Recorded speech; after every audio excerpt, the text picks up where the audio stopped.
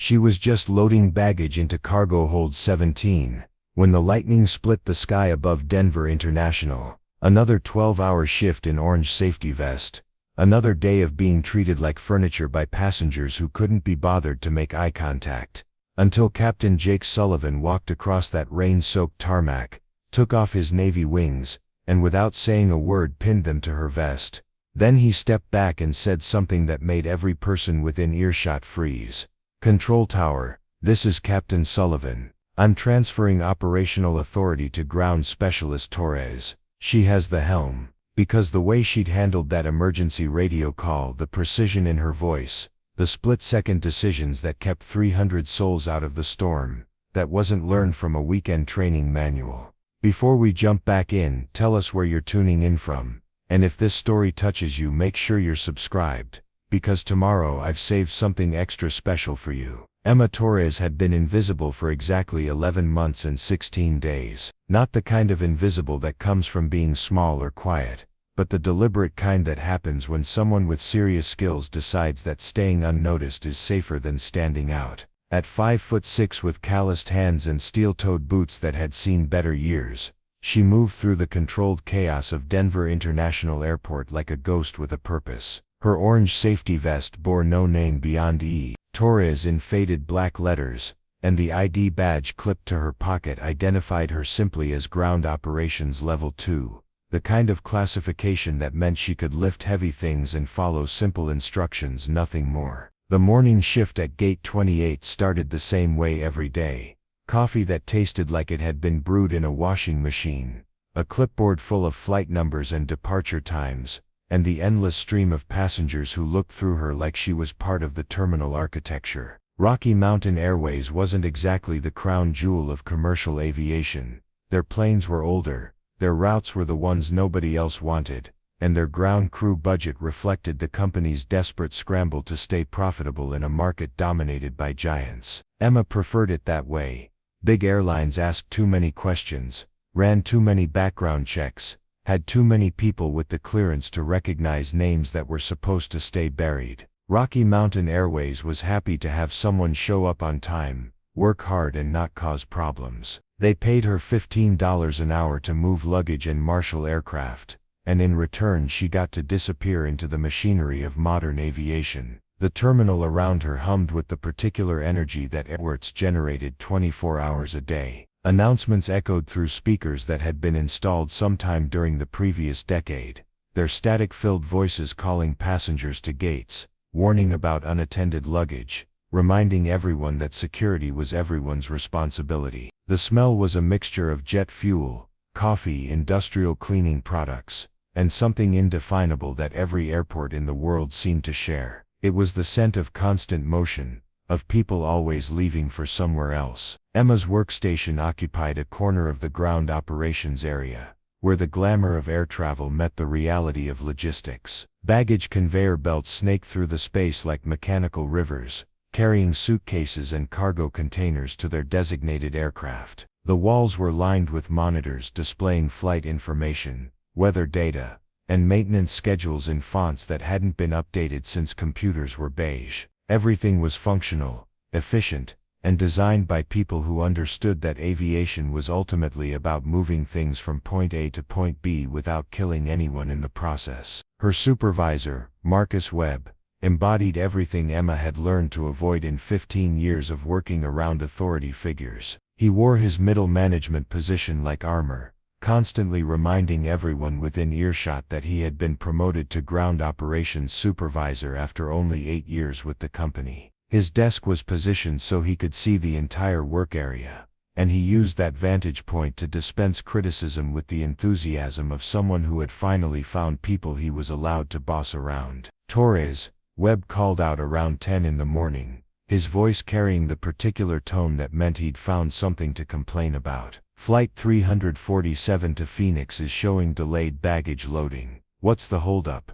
Emma didn't look up from the cargo manifest she was reviewing. 3 pieces of luggage had been flagged by the security scanner, and she was working through the protocols to determine whether they needed additional screening or could be cleared through secondary inspection. The delay wasn't her fault, but explaining that would require Webb to understand the difference between operational delays and security procedures, and experience had taught her that such explanations were rarely welcome. Security clearance on 3 pieces, she said, making a notation on her clipboard. Should be resolved in about 10 minutes. 10 minutes we don't have, Webb replied, though anyone familiar with airline operations knew that 10 minutes on a 2-hour flight was essentially meaningless. Passengers are already complaining about the delay. Emma kept her focus on the manifest. The flagged luggage belonged to a family traveling with photography equipment, the kind of gear that looked suspicious to X-ray machines but was perfectly legal to transport. She'd seen similar situations hundreds of times before, in places where getting the security assessment wrong meant a lot more than unhappy passengers. The protocols existed for good reasons, and shortcuts in aviation had a way of turning into headlines that nobody wanted to explain. "I'll expedite the process," she said, which was Emma's way of saying she would do exactly what she was already doing, but with the kind of confidence that usually made supervisors feel like they had contributed something valuable to the solution. The other members of the ground crew treated Emma with the casual indifference that characterized most workplace relationships. Tony Mitchell,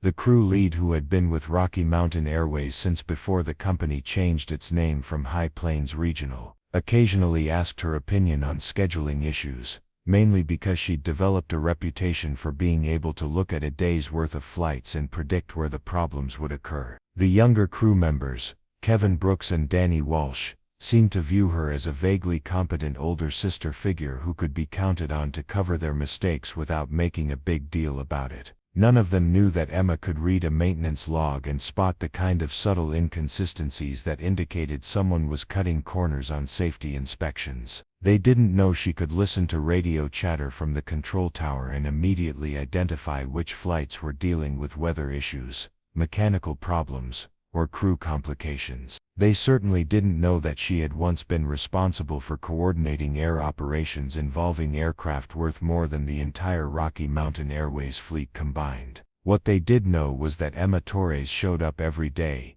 did her job without complaint, and seemed to have an almost supernatural ability to be in the right place at the right time. When Flight 822 from Salt Lake City developed a hydraulic leak that wasn't immediately apparent to the maintenance crew, Emma was the one who noticed the unusual color of the fluid pooling near the landing gear. When a severe windstorm knocked out 2 of the ground power units, Emma somehow managed to keep the affected gates operational, using a combination of backup systems and creative problem-solving that impressed even the senior mechanics. But competence without credentials was... Preparing and narrating this story took us a lot of time, so if you are enjoying it, subscribe to our channel. It means a lot to us.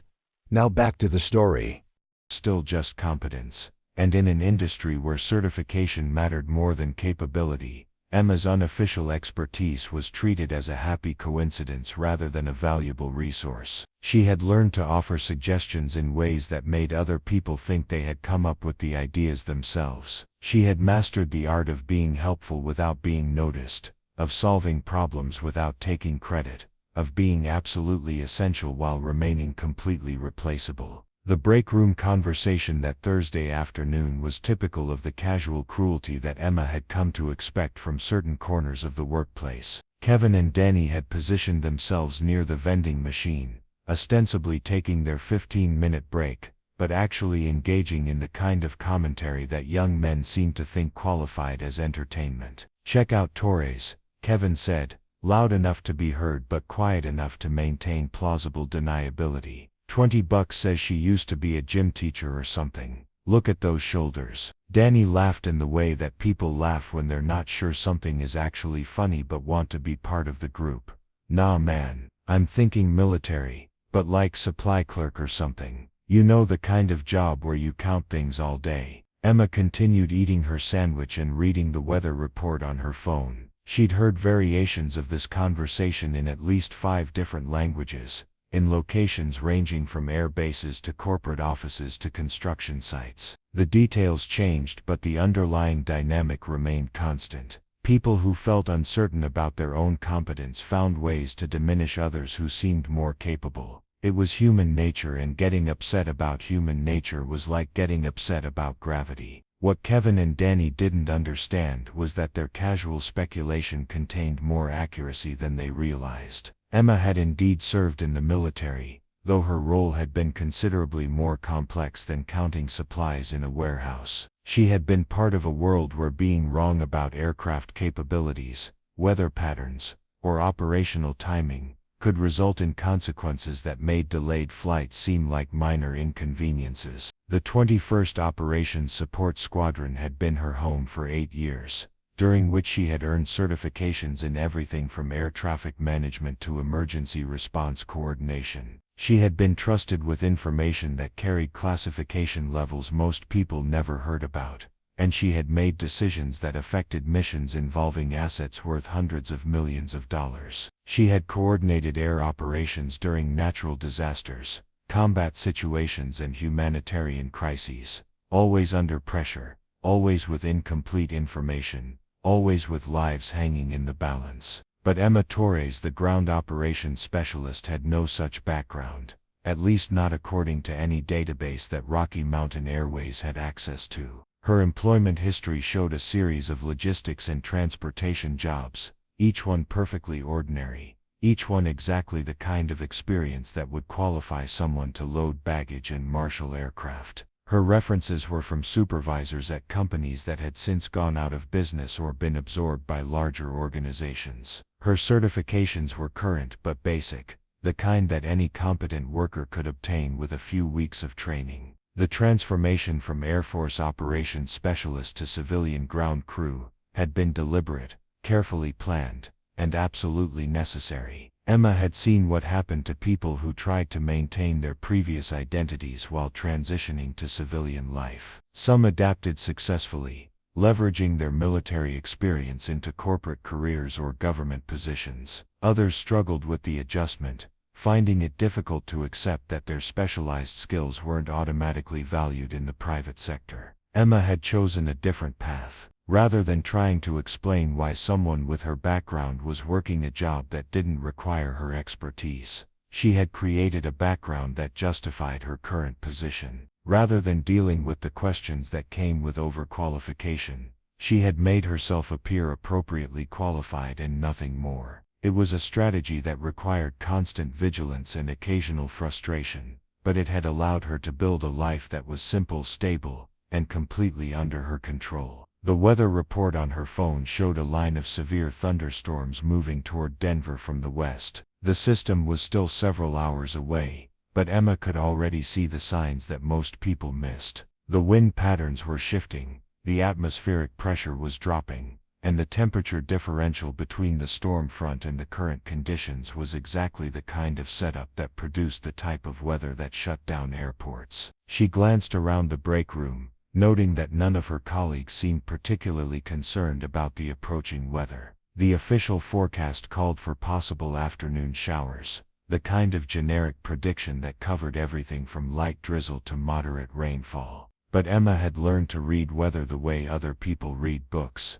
and what she saw in the data suggested that Denver International was about to experience the kind of storm that would test every system, protocol, and backup plan the airport had. Marcus Webb walked into the break room with the particular stride that meant he had important information to share. "All right, people," he announced to the room in general. "We've got a heads up from management. Weather might be an issue this afternoon. They want everyone to review the severe weather protocols and make sure we're ready for possible delays." Emma finished her sandwich and returned to her workstation, where she began the kind of preparation that had nothing to do with official protocols and everything to do with experience. She checked the status of every piece of ground support equipment, verified that backup power systems were operational, and made sure her radio was programmed with all the emergency frequencies that might become relevant in the next few hours. The approaching storm was going to reveal things about people that clear skies kept hidden. Some would rise to the challenge,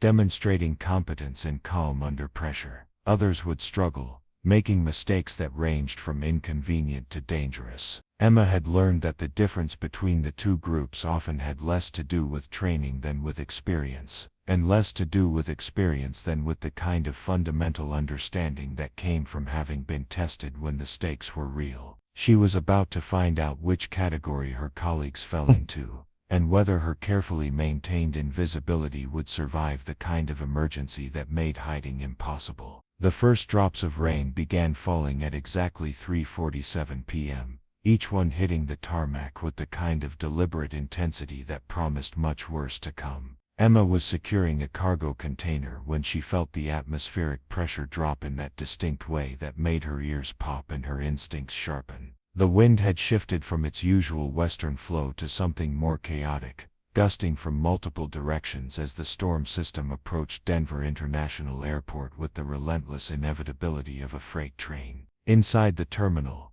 passengers continued their routines, oblivious to the developing situation outside. The afternoon departure schedule was packed with flights to Phoenix, Las Vegas, San Francisco, and a dozen smaller cities that depended on Rocky Mountain Airways to connect them to the larger aviation network. Gate agents made their standard announcements about boarding procedures and carry-on restrictions, their voices carrying the practiced enthusiasm of people who delivered the same information 50 times a day. But Emma could feel the change coming in ways that went beyond meteorology. The radio chatter from the control tower had shifted from routine traffic management to something more focused and urgent. Pilots were requesting updated weather information with increasing frequency. Ground control was beginning to space out aircraft movements, creating the kind of buffer zones that suggested someone upstairs was preparing for complications. She made her way to the maintenance bay where Robert Hayes,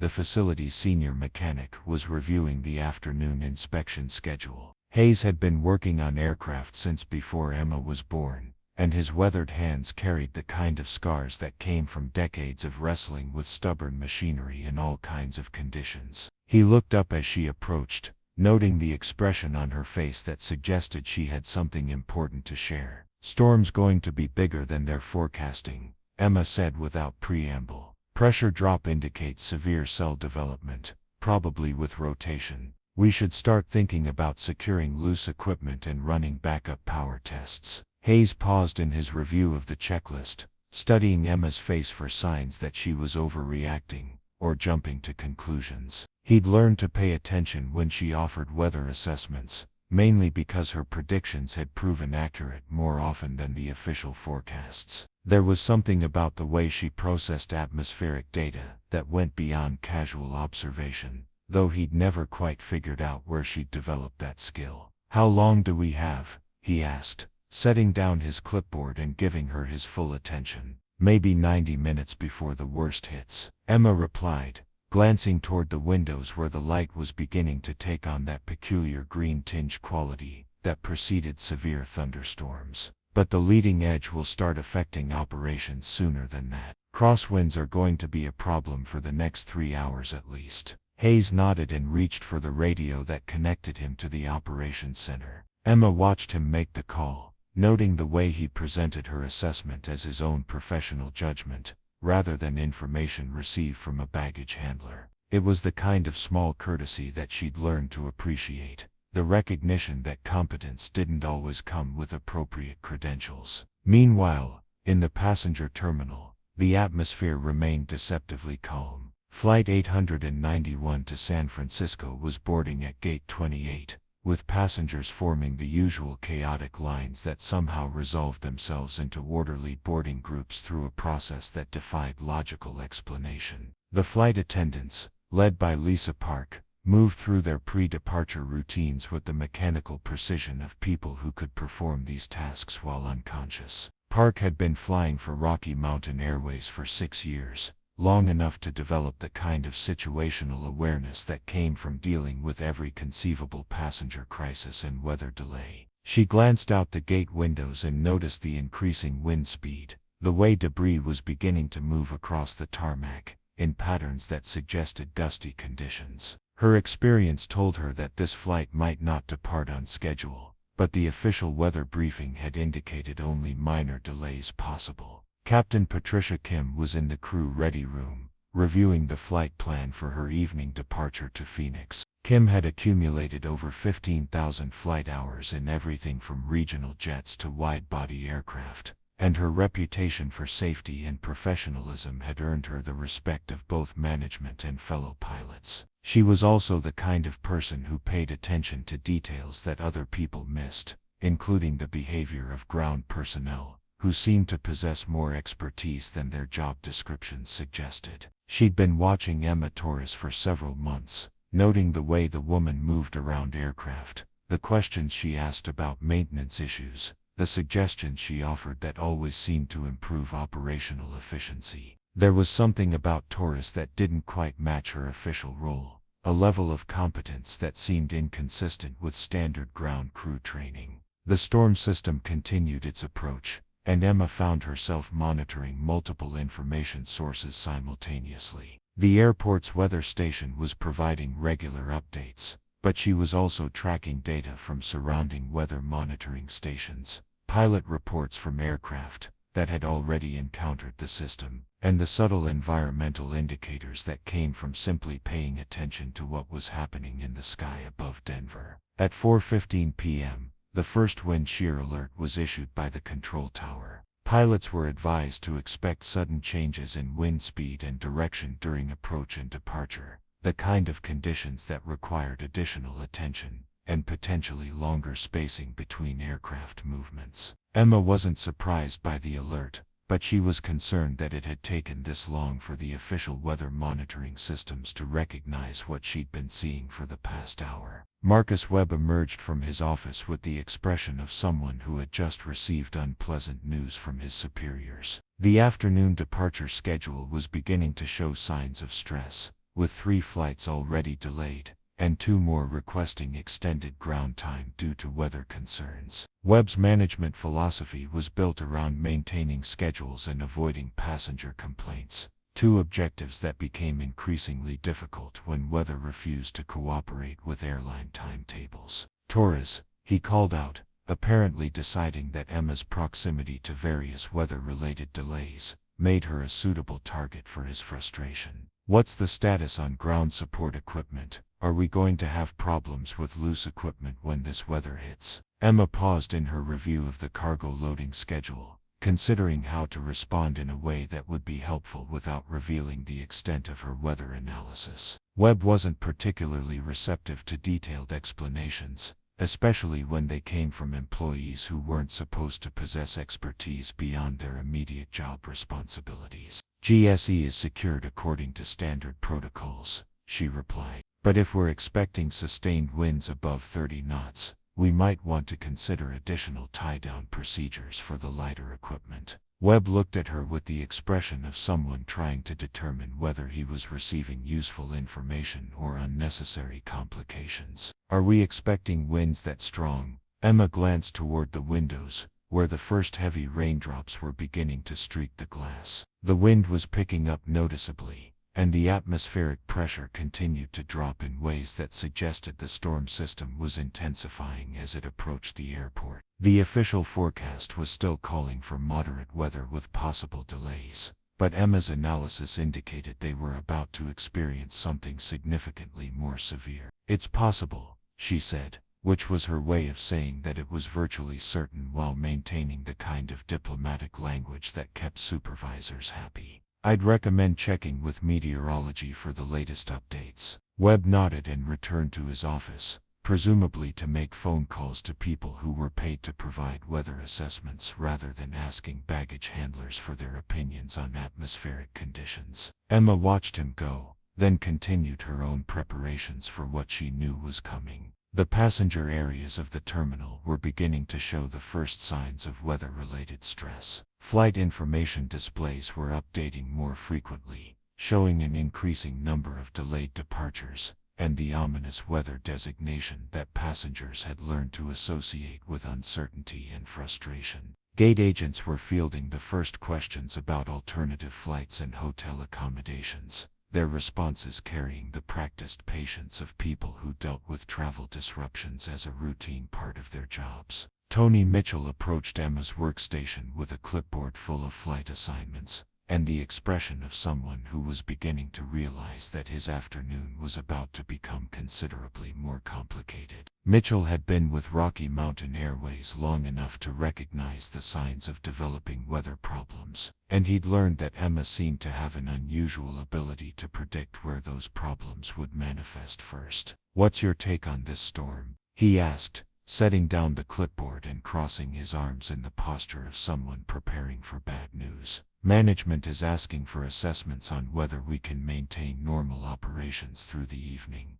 Emma considered the question, weighing the various factors that would determine how severely the storm would impact airport operations. Wind speed and direction were obviously critical, but she was also concerned about lightning activity, precipitation rates, and the possibility of microburst conditions that could make aircraft operations extremely hazardous. "Depends on how quickly it moves through," she said, which was technically accurate, while avoiding the more precise prediction that this storm system was likely to shut down significant portions of airport operations for at least 2 hours. "Lightning could be an issue for ground operations, and if we get rotating cells, that changes everything." Mitchell nodded, understanding that Emma was giving him the kind of measured assessment that came from experience rather than optimism. He'd worked with enough weather delays to know that the difference between minor inconvenience and operational crisis often came down to factors that weren't immediately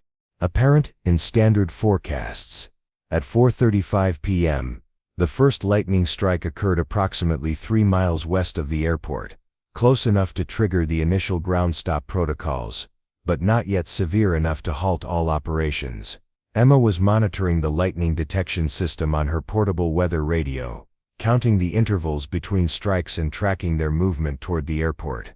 The pattern suggested organized storm activity with the potential for frequent lightning, the kind of conditions that would make outdoor ground operations unsafe within the next 30 minutes. She made her way to the equipment storage area where various pieces of ground support equipment were parked between uses. Baggage carts, aircraft tugs, and portable generators needed to be secured against wind damage, but more importantly, they needed to be positioned where they could be quickly deployed once the weather cleared. Emma had learned that post-storm operations were often more chaotic than the actual weather event, as everyone scrambled to resume normal activities as quickly as possible. Kevin Brooks and Danny Walsh were in the storage area, ostensibly checking equipment security but actually continuing their ongoing commentary about various aspects of airport operations and their female colleagues.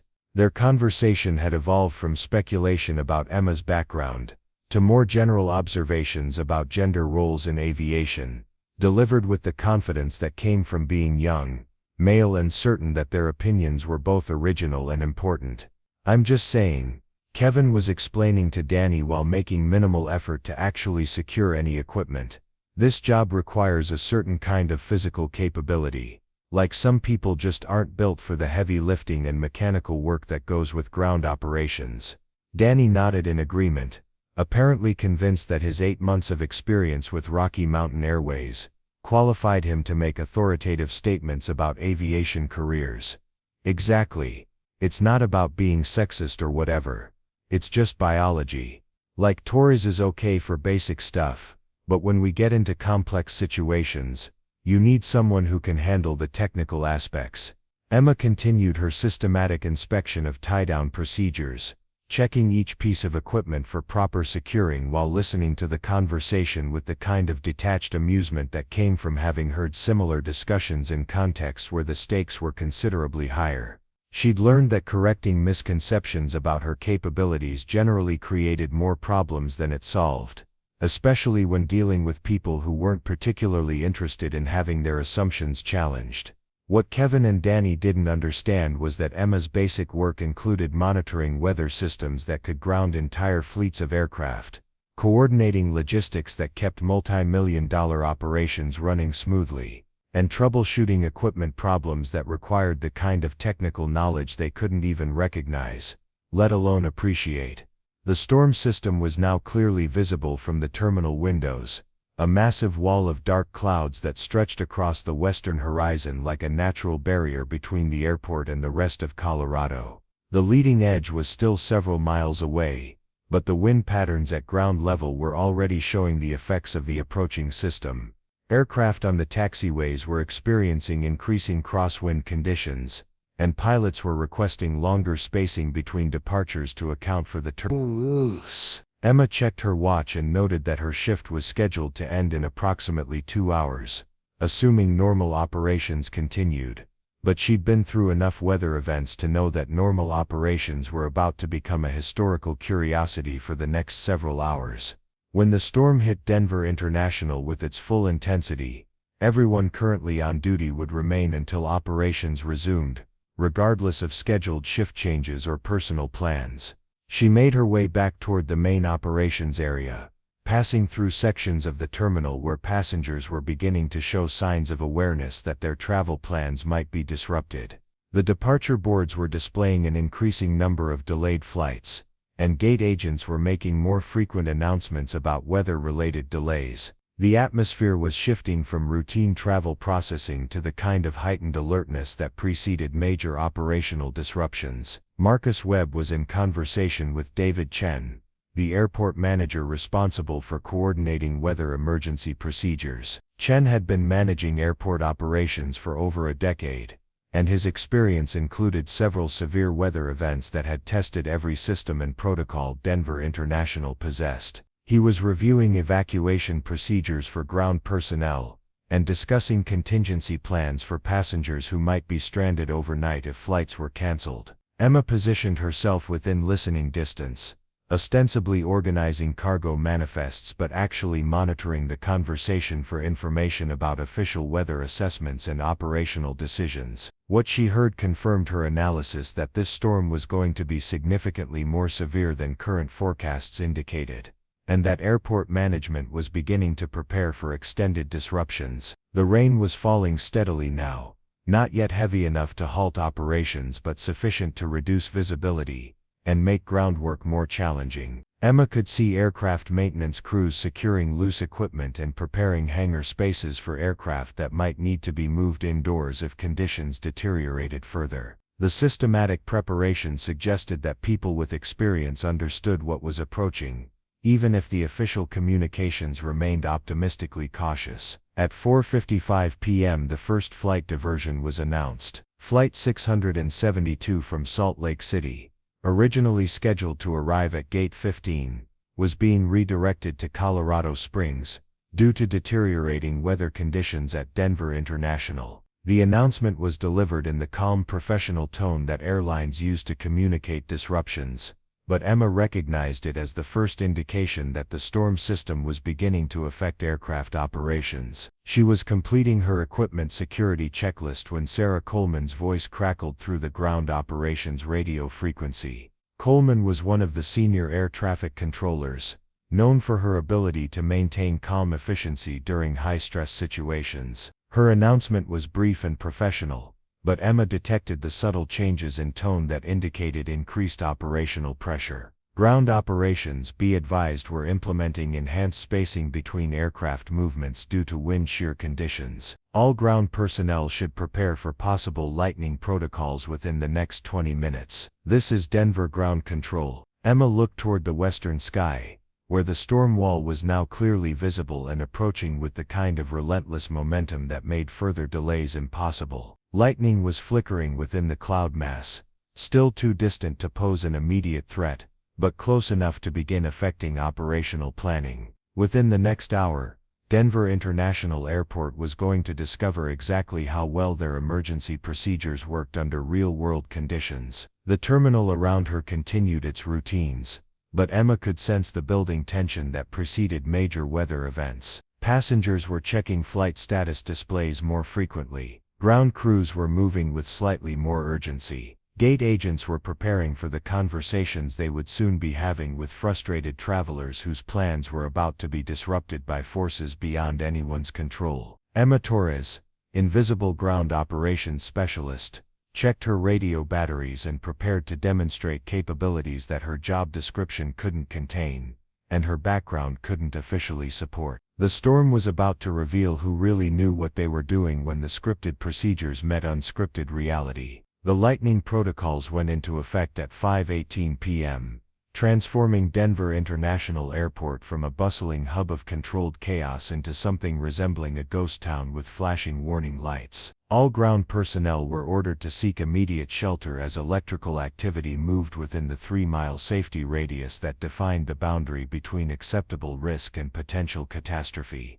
Emma was in the middle of securing the last baggage cart when the announcement echoed across the tarmac through speakers designed to cut through jet engine noise and human stubbornness. She moved quickly but deliberately toward the nearest shelter, a reinforced maintenance building that had been designed to protect both equipment and personnel during severe weather events. The structure hummed with the sound of backup generators and climate control systems working to maintain operational readiness while the storm passed overhead. Inside, ground crews from multiple airlines had gathered, their orange and yellow safety vests creating a patchwork of different companies united by the common experience of waiting for nature to finish making its point. Robert Hayes was monitoring weather updates on a tablet connected to the airport's emergency management system, his weathered face illuminated by the screen's glow as data streams updated every few minutes with increasingly concerning information. Wind speeds were approaching 40 knots with gusts significantly higher. Visibility was dropping toward minimums for aircraft operations, and the lightning detection network showed electrical activity directly over the airport with no signs of diminishing intensity. Emma positioned herself near Hayes, ostensibly because the maintenance area offered better radio reception, but actually because she wanted to monitor the official weather assessments against her own analysis of the developing situation. What she saw on the emergency management display confirmed her earlier predictions while adding several complications that suggested this storm system was more organized and persistent than anyone had initially anticipated. The radar imagery showed a classic supercell structure with rotation indicators that meant the storm wasn't just passing through, it was feeding on the atmospheric conditions over the Front Range and potentially strengthening as it moved across the metropolitan area. Emma had seen similar patterns during her military service, usually in contexts where accurate weather prediction meant the difference between successful missions and catastrophic failures. "How long do you think we're looking at?" Hayes asked the room in general, though his question was directed more toward Emma than the collection of ground crews who were checking their phones and complaining about overtime schedules. Emma studied the radar loop, noting the movement patterns and the way the storm cells were interacting with the local terrain. The Rocky Mountains created unique weather challenges that weren't always accurately reflected in standard forecasting models, and this particular system seemed to be taking advantage of every geographical feature that could enhance its intensity and duration. "Core will be over us for maybe 45 minutes, she said, keeping her voice low enough that her assessment wouldn't carry to the entire room. "But the trailing cells are going to keep us shut down for at least 2 hours after that, maybe longer if we get embedded rotation." Hayes nodded and made notes on his tablet, understanding that Emma's weather predictions had proven more reliable than the official forecasts often enough to warrant serious attention. He didn't ask where she'd developed her meteorological expertise, partly because military backgrounds weren't uncommon among airport ground crews, and partly because competence spoke for itself regardless of its origins. Meanwhile, in the passenger terminal, the atmosphere was shifting from mild inconvenience to serious concern as flight cancellations began cascading through the departure schedule. Gate agents found themselves explaining to increasingly frustrated travelers that severe thunderstorms weren't just minor delays, they represented genuine safety hazards that made aircraft operations impossible rather than merely difficult. Lisa Park was dealing with the passengers from Flight 891 to San Francisco, a group that included business travelers who had connections to make, families with children who were already past their patience limits, and the usual collection of individuals who seemed to believe that expressing anger at airline employees could somehow influence weather systems. Her experience with passenger management was being tested by people who treated flight delays as personal affronts rather than unavoidable consequences of atmospheric conditions.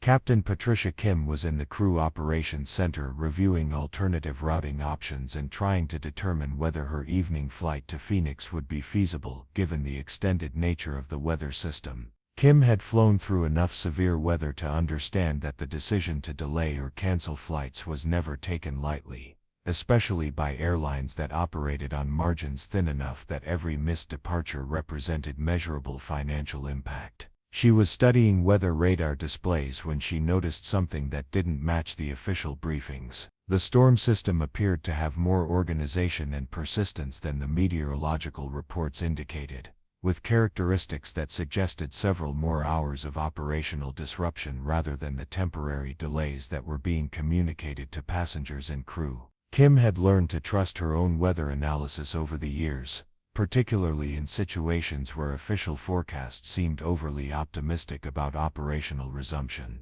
She'd also learned that some of the most accurate weather assessments came from ground personnel who spent their entire working lives outside, observing atmospheric conditions with the kind of practical experience that complemented but sometimes contradicted computer models and satellite imagery. The storm reached its peak intensity at 5:47 p.m. with lightning strikes occurring every few seconds and wind gusts that rattled the maintenance building despite its reinforced construction. Emma was monitoring multiple radio frequencies, listening to air traffic control manage the few aircraft that were still airborne and seeking diversion to airports outside the storm's influence. The radio chatter had taken on the clipped professional urgency that characterized emergency operations, with controllers and pilots working together to ensure that everyone currently in the air found somewhere safe to land. She could hear the stress in the voices, the way experienced professionals sounded when they were dealing with conditions that pushed systems and procedures to their limits. It was a sound she remembered from other contexts, other situations where people with serious responsibilities made decisions that affected the safety of everyone depending on their expertise and judgment.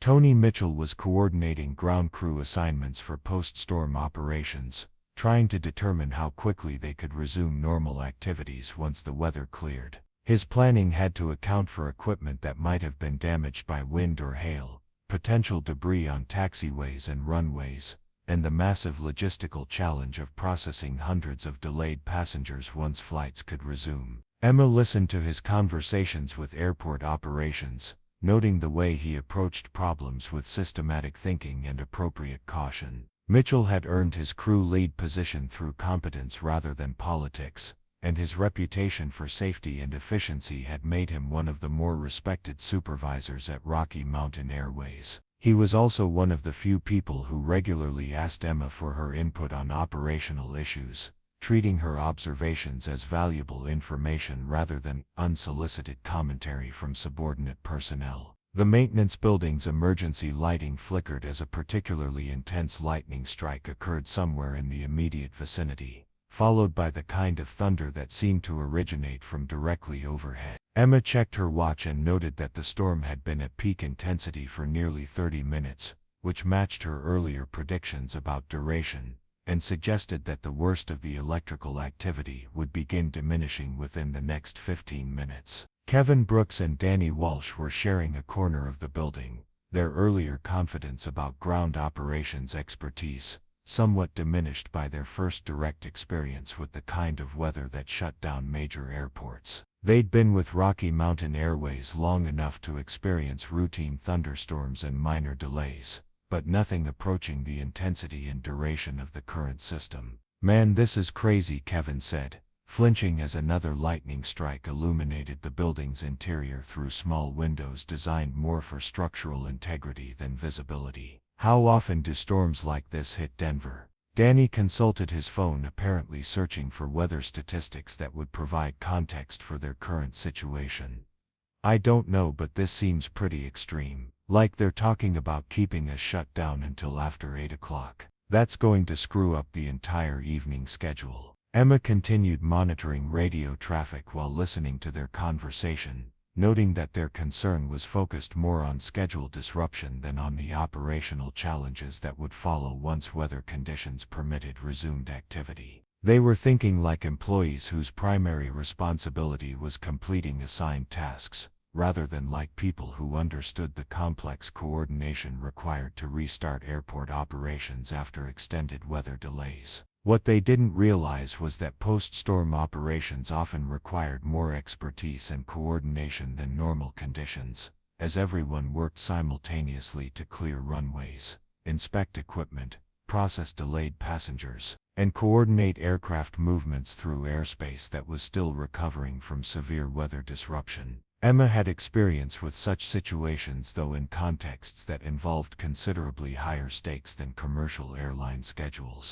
At 6:23 p.m. the lightning activity began showing signs of diminishing intensity, with strikes occurring less frequently and moving gradually eastward as the storm system continued its passage across the metropolitan area. Emma was tracking the movement on her portable weather radio, noting the way the electrical activity was dispersing in patterns that suggested the organized structure of the storm was beginning to weaken. Robert Hayes approached her workstation with his tablet, showing radar imagery that confirmed what Emma had been monitoring through other sources. "Looks like we might be able to start thinking about resuming operations in maybe another hour," he said, though his tone suggested he was asking for confirmation rather than making a definitive statement. Emma studied the radar display, comparing the official weather data with her own observations of atmospheric conditions and storm movement patterns. The core of the system was indeed moving away from the airport,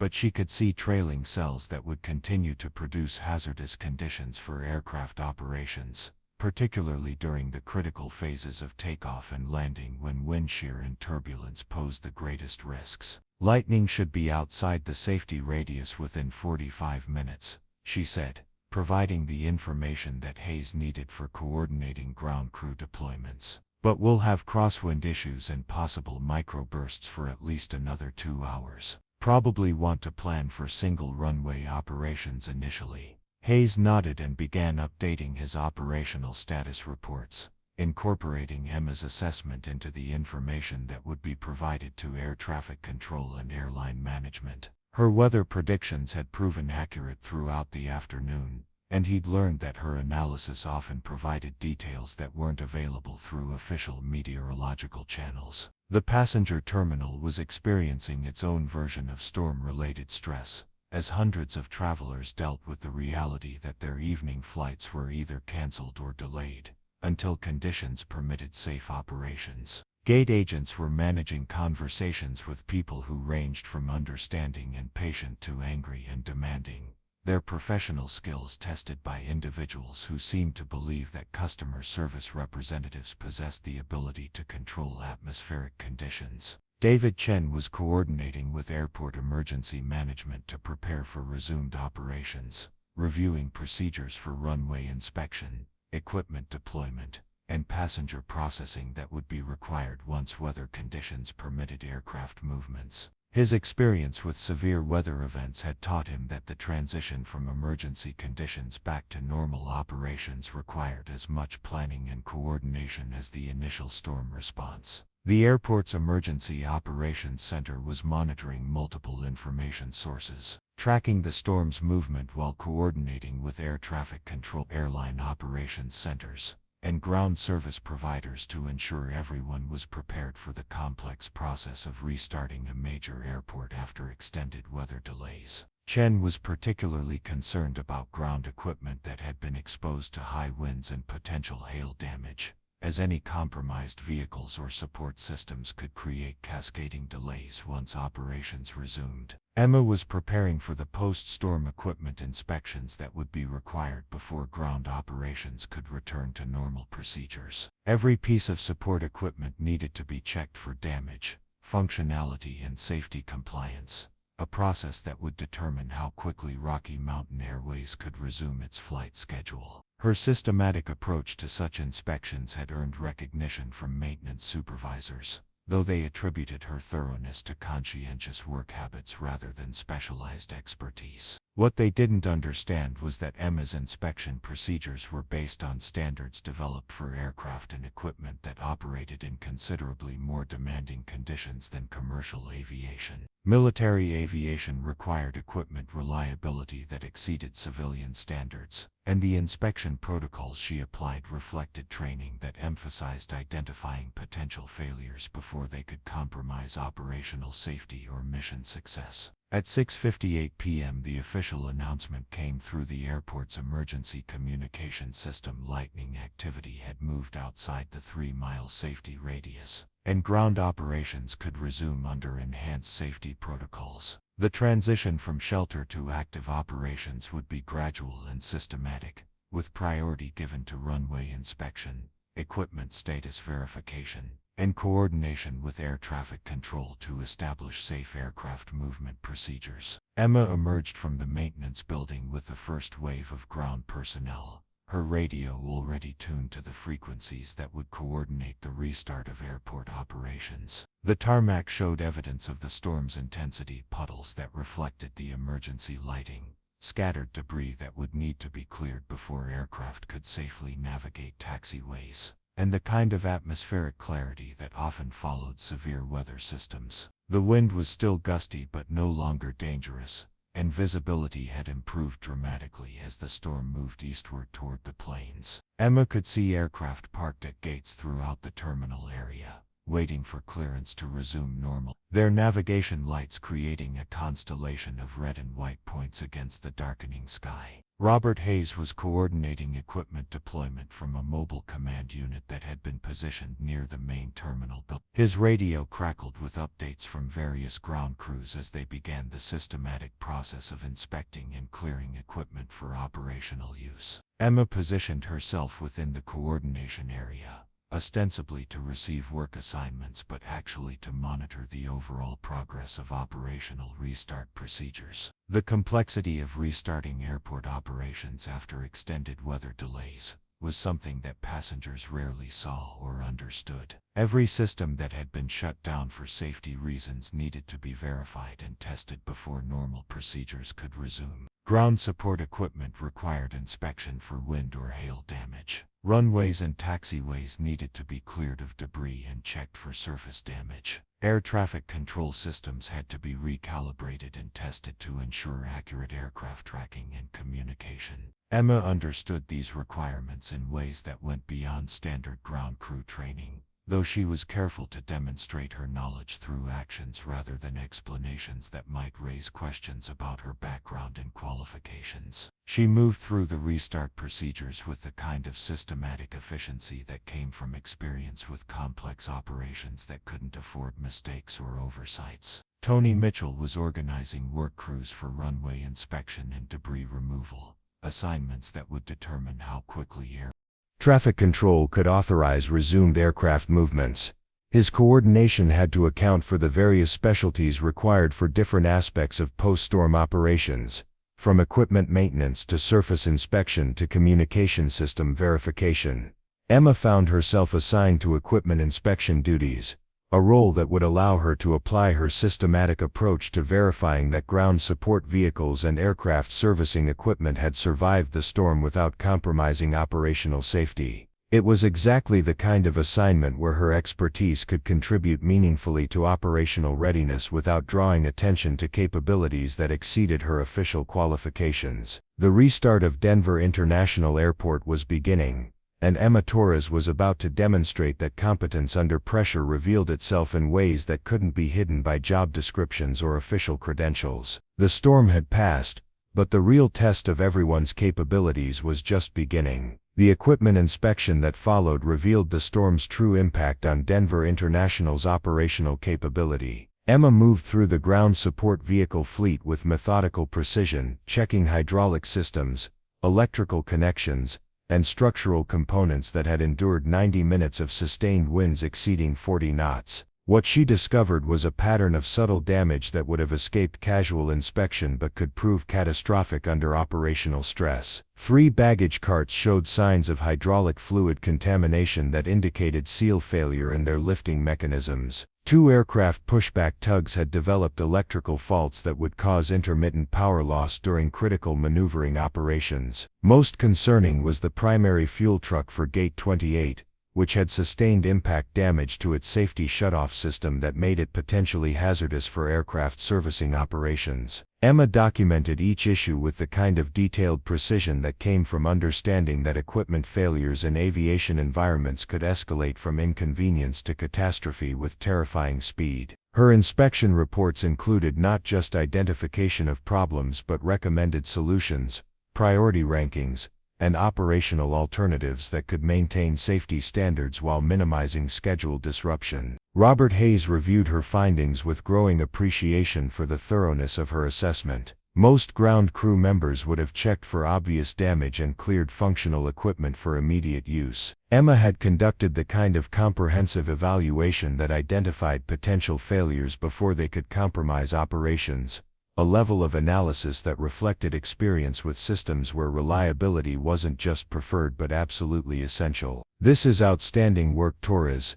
Hayes said, studying the detailed inspection reports she'd provided. "How did you know to check the fuel truck safety systems? That kind of damage isn't immediately obvious." Emma continued organizing her inspection equipment, considering how to explain her systematic approach without revealing the depth of her technical background. "Impact damage to pressurized systems can create stress fractures that don't show up until the equipment is under load," she said. "Better to find problems during inspection than during fuel transfer operations." Hayes nodded and began coordinating replacement equipment and repair priorities based on Emma's recommendations. Her assessment would determine how Rocky Mountain Airways resumed operations, though she would receive no official recognition for analysis that demonstrated expertise far beyond standard ground crew qualifications. Meanwhile, Captain Jake Sullivan was approaching Denver International Airport in a Navy C-130 Hercules that had been diverted from Peterson Air Force Base due to the severe weather system. Sullivan had been flying military transport aircraft for 12 years,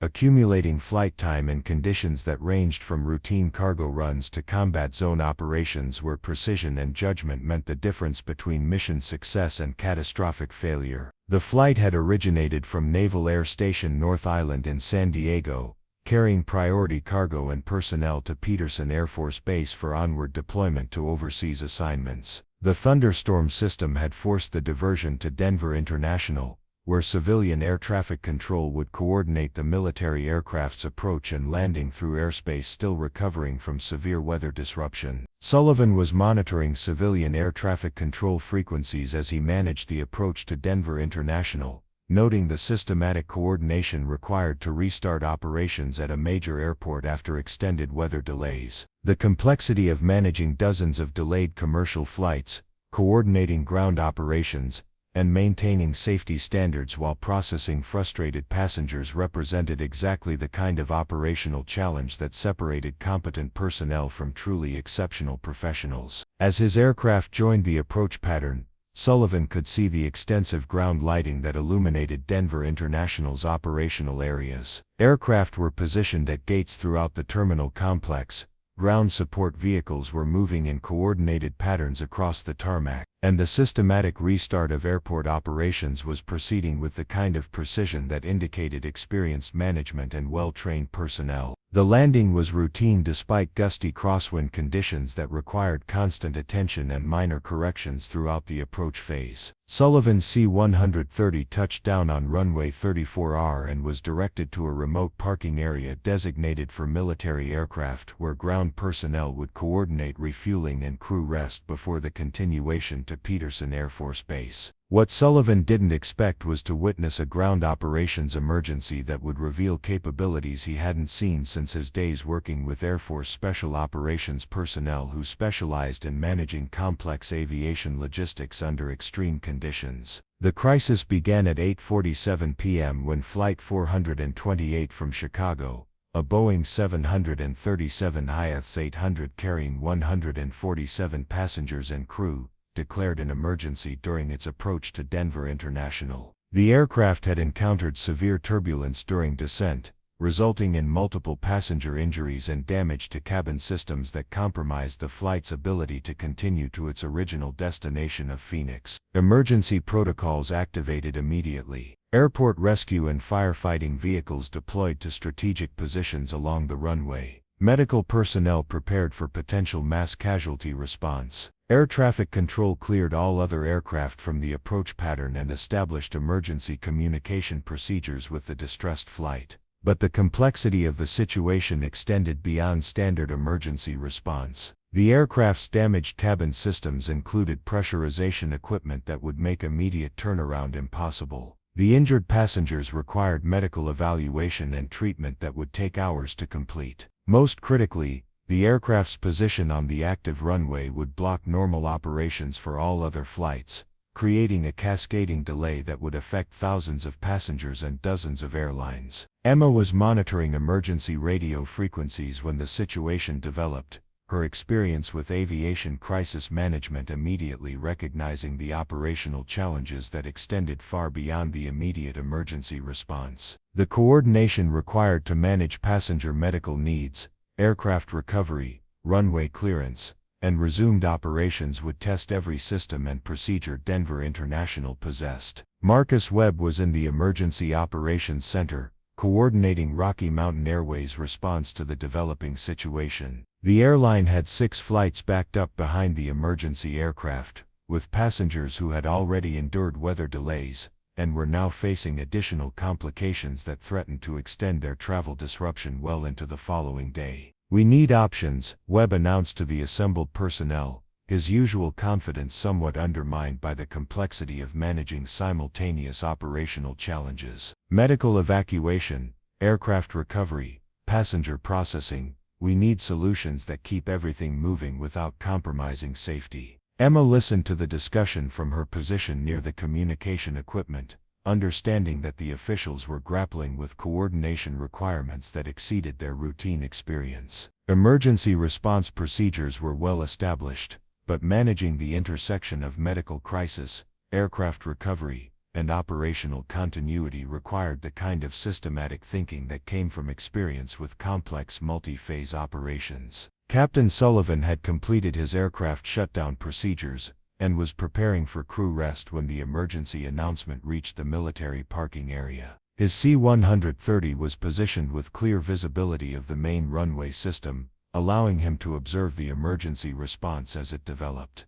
What he saw was a textbook example of professional crisis management, with emergency vehicles, medical personnel, and operational coordinators working together to address multiple simultaneous challenges. But he also noticed something that indicated exceptional coordination capabilities among the ground personnel, managing the overall response. Equipment was being positioned with unusual precision. Communication between different agencies was remarkably efficient. Most significantly, someone was clearly coordinating activities that extended beyond immediate emergency response to address the complex operational recovery that would be required once the crisis was resolved. Sullivan's military experience had taught him to recognize the difference between routine competence and exceptional capability, particularly in situations where multiple complex operations had to be managed simultaneously under time pressure. What he was observing suggested that someone in Denver International's ground operations possessed the kind of systematic coordination skills that he associated with advanced military logistics training.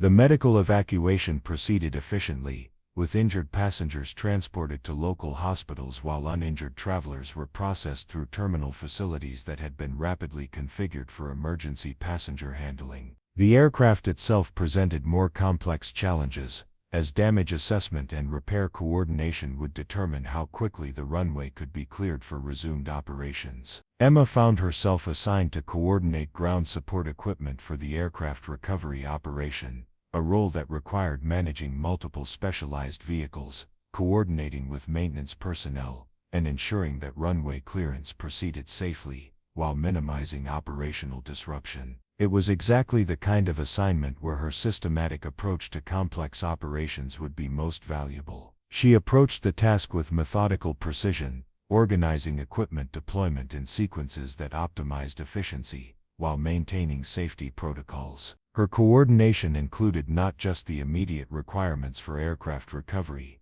but contingency planning for potential complications, alternative procedures, if initial approaches proved insufficient, and resource allocation that accounted for the extended duration of operations. Captain Sullivan was observing the ground operations coordination when he noticed the systematic precision with which equipment was being deployed and managed. Someone was clearly directing activities with the kind of advanced logistics expertise that he associated with military personnel who specialized in complex operational coordination. The efficiency and foresight demonstrated in the equipment management suggested training and experience that exceeded civilian aviation requirements. Intrigued by the professional quality of the coordination, Sullivan made his way toward the operations area, where he could observe the recovery procedures more closely. What he found was Emma Torres, a woman in standard ground crew clothing who was managing multiple complex operations with the kind of calm precision that he recognized from working with Air Force Special Operations personnel. Emma was simultaneously coordinating aircraft towing equipment,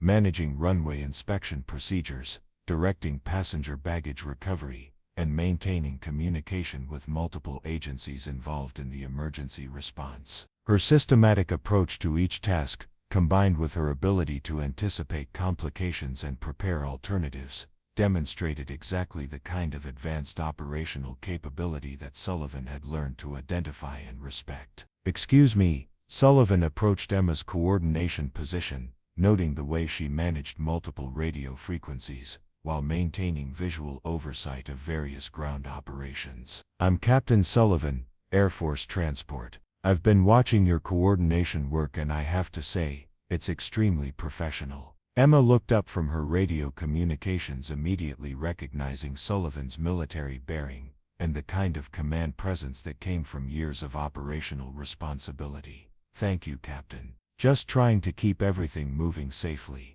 Sullivan studied her systematic approach to the coordination challenges, noting the way she anticipated problems, prepared solutions, and managed resources with efficiency that reflected advanced training. "Where did you learn coordination procedures like this? This level of systematic operations management isn't typical for civilian ground crews." For a moment Emma considered her response, weighing the risks of revealing information about her background against the potential benefits of honest communication with someone who clearly possessed the experience to understand her capabilities. "Here and there," she said finally. "You pick up techniques over time." Sullivan nodded, understanding that military personnel often preferred not to discuss their service backgrounds in civilian settings. But he also recognized that the coordination capabilities he was witnessing represented exactly the kind of expertise that emergency situations required, regardless of where that expertise had been acquired. The aircraft recovery reached a critical phase when runway inspection revealed damage to the pavement that would require immediate repair before normal operations could resume. The impact of the emergency landing had created surface irregularities that posed risks for other aircraft, particularly during the high-speed operations associated with takeoffs and landings. Emma was coordinating the pavement repair operation when the radio crackled with an urgent communication from air traffic control. Another aircraft, Flight 892 from Las Vegas, was declaring a fuel emergency and required immediate landing clearance. With the main runway still blocked by recovery operations, Denver International faced the challenge of managing simultaneous emergencies with limited operational capability. "We need that runway cleared now." The voice from air traffic control carried the urgent tone that indicated lives were at stake. "Flight 892 has 40 minutes of fuel remaining and weather at alternate airports is below minimums.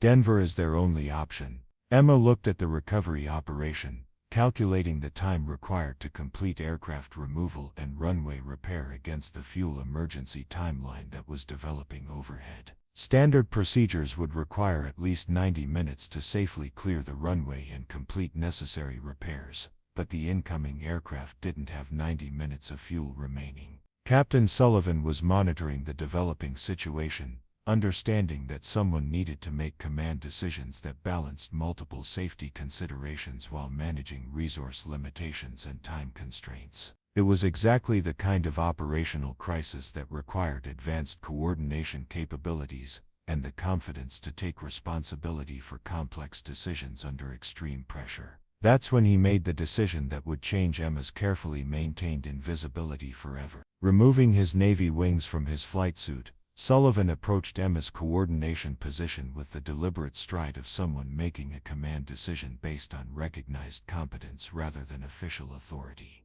"Torres," he said, his voice carrying the kind of command authority that made everyone within earshot pay attention. "I'm transferring operational coordination authority to you. You have the expertise to manage this situation, and we need someone with your capabilities making the critical decisions." He pinned his Navy wings to Emma's safety vest, the metallic insignia catching the emergency lighting as it settled into place on the orange fabric that had previously marked her as invisible ground crew personnel. The gesture was witnessed by every person involved in the emergency response, from air traffic controllers to airline supervisors to emergency medical personnel. "Control tower, this is Captain Sullivan," he announced over the emergency frequency that connected all operational personnel. "I'm transferring coordination authority to ground specialist Torres. She has operational control for runway clearance and emergency aircraft recovery. All agencies coordinate through her position." The radio fell silent for a moment as the implications of Sullivan's announcement registered with everyone monitoring emergency communications. Then Sarah Coleman's voice came through the speakers with professional acknowledgement. "Roger, Captain Sullivan. Control tower recognizes ground specialist Torres as operational coordinator. All agencies will coordinate through her position." Emma felt the weight of official responsibility settle around her like familiar clothing she hadn't worn in years. The systematic coordination that she'd been managing unofficially was now her official responsibility, with the authority to make command decisions that would determine the success or failure of multiple simultaneous emergency operations. She keyed her radio with the confidence that came from years of managing complex operations under extreme pressure. "All stations, this is Ground Coordinator Torres. We're implementing accelerated runway clearance procedures. Maintenance crews shift to emergency repair protocols. Medical teams prepare for incoming fuel emergency. Everyone coordinate through this frequency." Her voice carried the calm authority that emergency situations required, the kind of professional confidence that made people trust instructions even when they didn't understand the complete operational picture. Within minutes, the systematic coordination that had been proceeding efficiently became a precisely orchestrated operation that addressed multiple simultaneous challenges with the kind of advanced logistics management that exceeded civilian aviation standards. The aircraft recovery accelerated as Emma coordinated resource allocation that optimized both safety and efficiency. Runway repair procedures were modified to address only critical damage that posed immediate safety risks, with comprehensive restoration scheduled for completion after emergency operations concluded. Most importantly, coordination between different agencies achieved the kind of seamless integration that was typically seen only during major military operations. Flight 892 landed safely with 12 minutes of fuel remaining, its approach coordinated through airspace that had been cleared through systematic traffic management that accounted for multiple simultaneous operations. The runway repairs were completed within acceptable safety standards, allowing normal operations to resume while comprehensive restoration continued during lower traffic periods. By 11:30 p.m., Denver International Airport had successfully managed one of the most complex operational challenges in its history, coordinating multiple emergency responses while maintaining safety standards and minimizing operational disruption. The success of the coordinated response was due largely to systematic operations management that exceeded civilian aviation standards, performed by someone whose official job description was Ground Crew Level 2. Captain Sullivan approached Emma as she completed her coordination responsibilities, noting the way she systematically transferred authority back to normal operational personnel, while ensuring continuity of critical functions. Her professional handling of command responsibility confirmed his assessment that she possessed exactly the kind of advanced operational capability that emergency situations required. "Outstanding work, Torres," Sullivan said, observing the methodical way she organized equipment and documentation that would support post-emergency analysis and operational improvement. "That kind of coordination expertise is exactly what situations like this require. Where did you serve?" Emma looked at the Navy wings still pinned to her safety vest, understanding that her carefully maintained invisibility had been permanently altered by the events of the evening. "Air Force," she said simply. 21st Operations Support Squadron. 8 years managing complex air operations in various challenging environments. Sullivan nodded, understanding that her service background explained the systematic coordination capabilities he'd observed throughout the emergency response. "Well, you just managed one of the most complex civilian aviation emergencies I've witnessed," Your coordination probably saved lives tonight. Word of Emma's exceptional performance during the emergency response spread through Denver International's operational community with the speed that characterized military communications networks. By the following morning, airline supervisors, air traffic controllers, emergency response personnel, and airport management had heard about the ground crew member who had coordinated multiple simultaneous emergency operations with professional expertise that exceeded civilian aviation standards. Marcus Webb found himself reviewing personnel files and trying to understand how someone with Emma's capabilities had been assigned to routine ground operations for nearly a year without anyone recognizing her exceptional qualifications. Her systematic approach to routine tasks, her accurate weather predictions, and her comprehensive equipment inspections suddenly made sense as indicators of advanced training rather than simply conscientious work habits. Captain Patricia Kim sought out Emma during her next duty assignment, finding her completing routine aircraft inspection procedures with the same methodical precision she'd demonstrated during the emergency response. "I heard about last night," Kim said, noting the Navy wings that Emma now wore alongside her standard ground crew identification.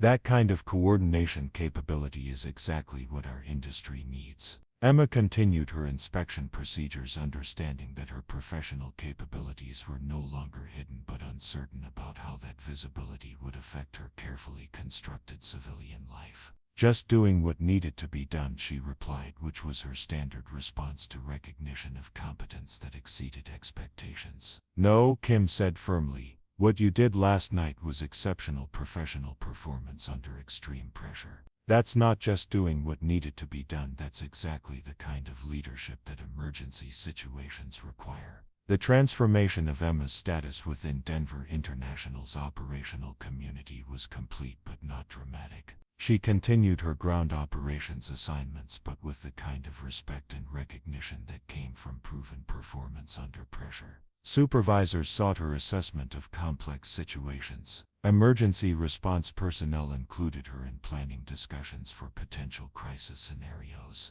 Air traffic controllers coordinated with her during complicated operational challenges. Most significantly, her systematic approach to routine tasks was now understood as reflecting advanced professional training rather than simply being conscientious about basic responsibilities. Equipment inspections that had previously been treated as routine maintenance became recognized as comprehensive safety analysis that prevented potential operational failures. Weather assessments that had been considered helpful observations were now understood as professional meteorological evaluation that exceeded civilian aviation standards. Rocky Mountain Airways quietly reclassified Emma's position from Ground Operations Level 2 to Operations Specialist, a change that reflected both her demonstrated capabilities and the company's recognition that retaining someone with her expertise required appropriate professional acknowledgement. The salary adjustment was significant, but more important was the official recognition that her contributions extended far beyond routine baggage handling and aircraft marshalling.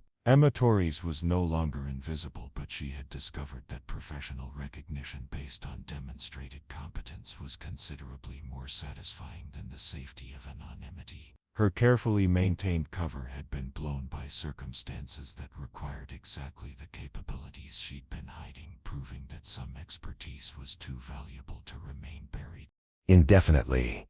The airport continued its daily operations, processing thousands of passengers and hundreds of flights through the complex choreography of modern aviation. But among the ground crews, supervisors, and operational personnel, everyone now understood that exceptional capability sometimes appeared in unexpected places, wearing ordinary clothing, and waiting patiently for situations that required extraordinary performance. Emma's story had become part of Denver International's operational culture, a reminder that competence came in many forms and that the most valuable personnel were often the ones whose expertise exceeded their official responsibilities. Captain Sullivan's recognition of her capabilities had transformed her from anonymous ground crew to acknowledged professional, but the expertise had been there all along, waiting for circumstances that made hiding impossible and excellence essential. 3 months after the night that changed everything, Emma Torres arrived at Denver International Airport for what would be her last shift as a Rocky Mountain Airways employee. The morning air carried the crisp bite of early autumn, and the terminal buzzed with its familiar rhythm of departures, arrivals, and the constant motion of people traveling toward destinations that mattered more to them than anyone else could understand. But the woman walking through the employee entrance was no longer invisible. The Navy wings still adorned her uniform, now a tailored operations specialist jacket that reflected her official recognition within the airport's hierarchy. People nodded as she passed, not with the casual indifference she'd grown accustomed to over 11 months of deliberate anonymity, but with the respectful acknowledgement reserved for professionals whose competence had been tested under fire and proven beyond question. Her new office occupied a corner of the operations control center, with windows overlooking the tarmac where she'd spent countless hours loading baggage and marshaling air while hiding capabilities that could coordinate emergency responses involving hundreds of lives and millions of dollars worth of equipment. The desk bore nameplate that read Emma Torres, Senior Operations Coordinator, a title that finally matched the expertise she'd been applying to routine tasks for nearly a year. The transformation hadn't been immediate or dramatic. Airport bureaucracy moved with the same methodical pace as most large organizations, requiring documentation, verification, and multiple levels of approval before officially recognizing what everyone in operations already understood. Emma possessed exactly the kind of systematic coordination capabilities that emergency situations demanded and routine operations benefited from immeasurably.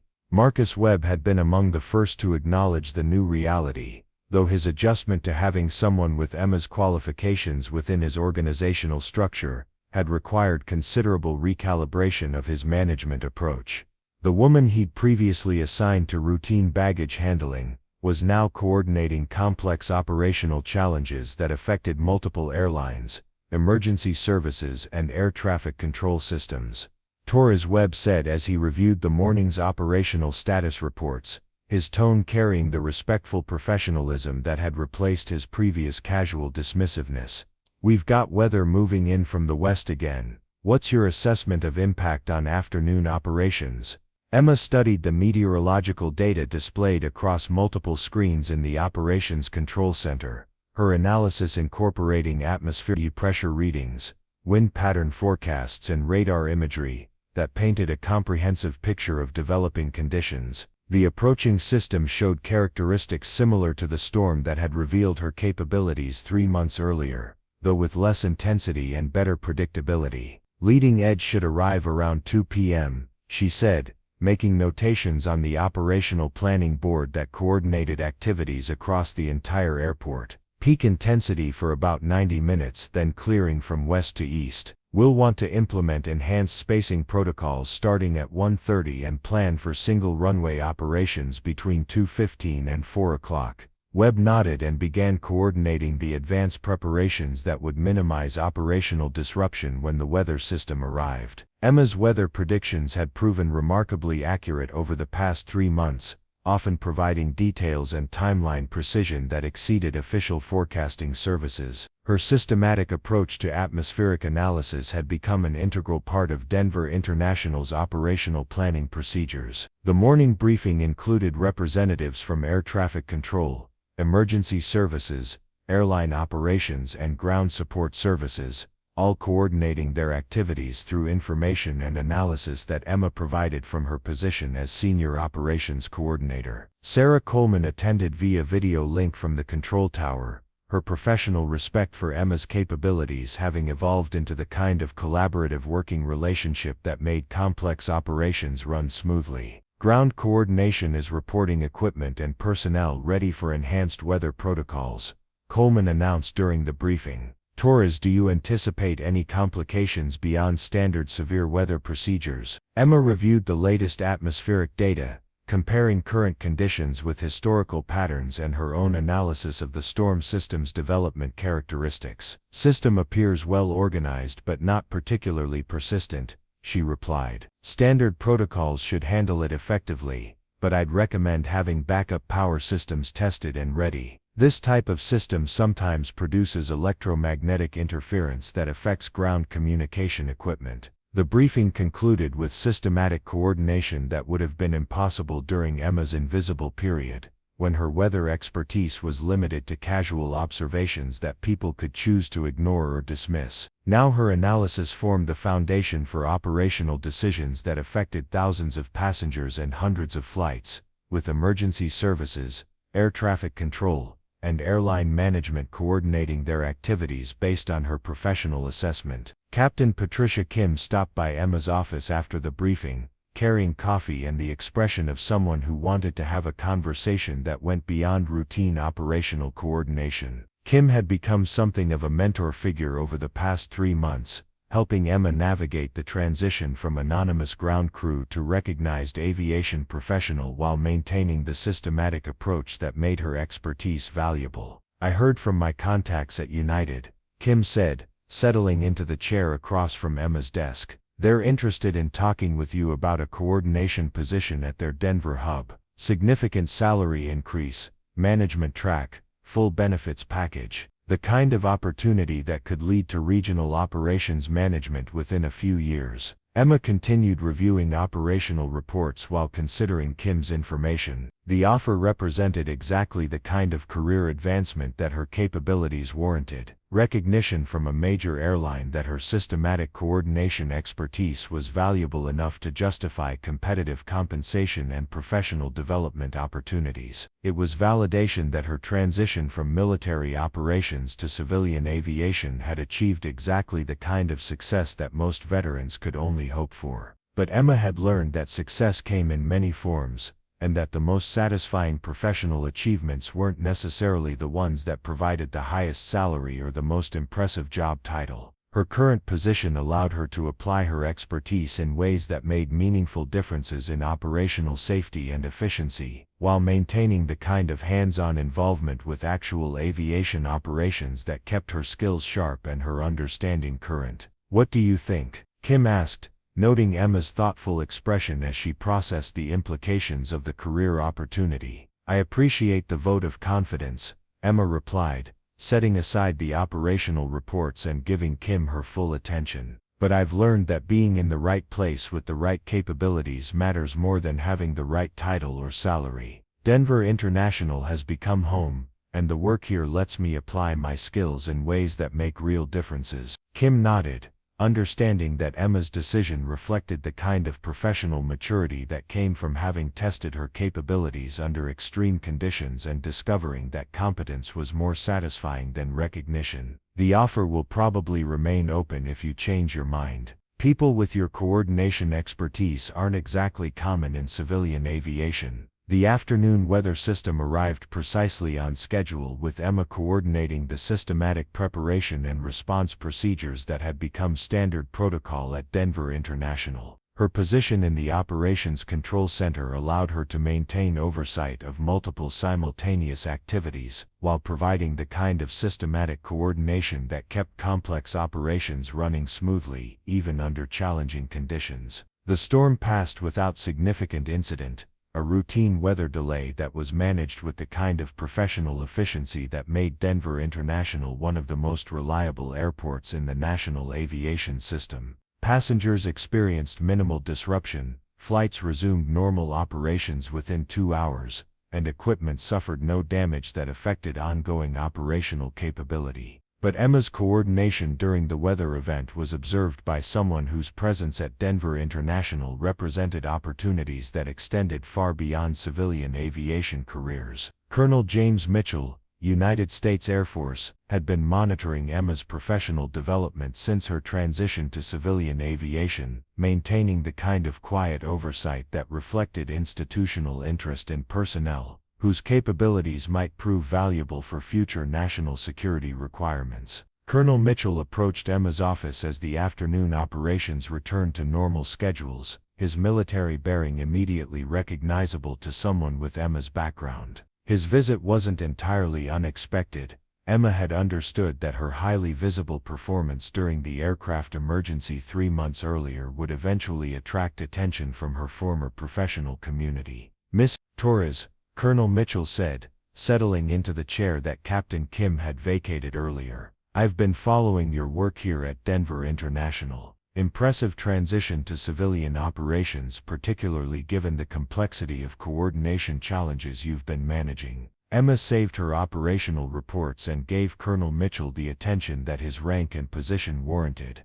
Thank you, Colonel. The work here has been professionally satisfying. Airport operations provide exactly the kind of systematic coordination challenges that keep capabilities current. Mitchell nodded, understanding that Emma's response indicated both professional competence and continued availability for the kind of advanced operational assignments that her military background had prepared her for. We have situations developing that require exactly your kind of coordination expertise, not permanent assignments, but consultation work that would utilize your systematic operations capabilities while allowing you to maintain your civilian career. The offer represented a different kind of professional opportunity, one that would allow Emma to apply her military-level expertise to national security challenges while maintaining her position at Denver International. It was the kind of arrangement that recognized the value of her capabilities without requiring her to abandon the civilian life she'd built over the past year. Emma considered the implications of Colonel Mitchell's proposal,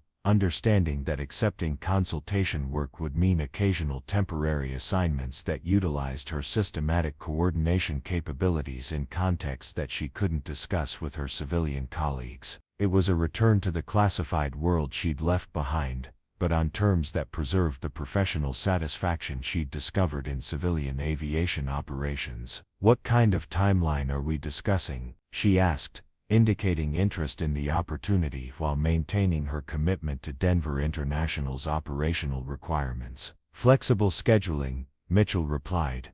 Typically 1-week assignments, maybe 6 times per year. Your civilian position would be protected, and your airport management would be informed that you're occasionally called away for federal consultation work. No details, just a notification that your expertise is valued at levels that require security clearances. The arrangement would allow Emma to maintain her systematic coordination work at Denver International, while occasionally applying her capabilities to challenges that exceeded civilian aviation complexity. It represented exactly the kind of professional balance that utilized her full range of expertise without requiring her to choose between civilian satisfaction and national service obligations. That evening, Emma completed her transition planning for the new arrangement that would balance civilian aviation coordination with occasional federal consultation assignments. Her position at Denver International would be maintained and protected, with backup coordination procedures established for periods when federal requirements took precedence over routine airport operations.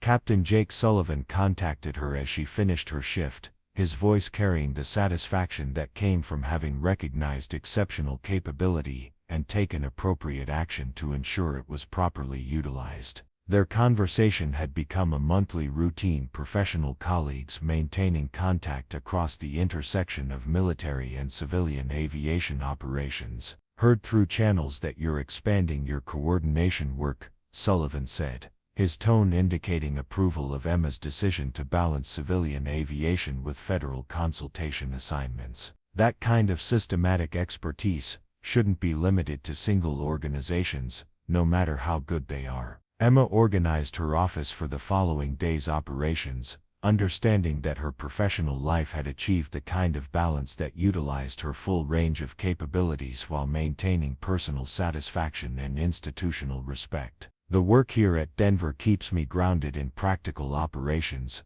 she replied. Federal assignments will provide the kind of complex challenges that keep systematic coordination skills sharp. Their conversation concluded with mutual professional respect, and the understanding that Emma had successfully navigated the transition from invisible ground crew to recognized expert, while maintaining options for applying her expertise across multiple professional contexts. Her journey from anonymity to acknowledgement had revealed that competence eventually found its proper level, regardless of initial circumstances or deliberate attempts to remain unnoticed. 6 months later, Emma Torres stood in the Operations Control Center watching the controlled chaos of Denver International Airport's morning departure rush. Her coordination work had expanded to include consultation assignments that she couldn't discuss but that utilized her systematic operations expertise in contexts that made meaningful differences in national security operations. The transformation from invisible baggage handler to essential aviation professional had been completed,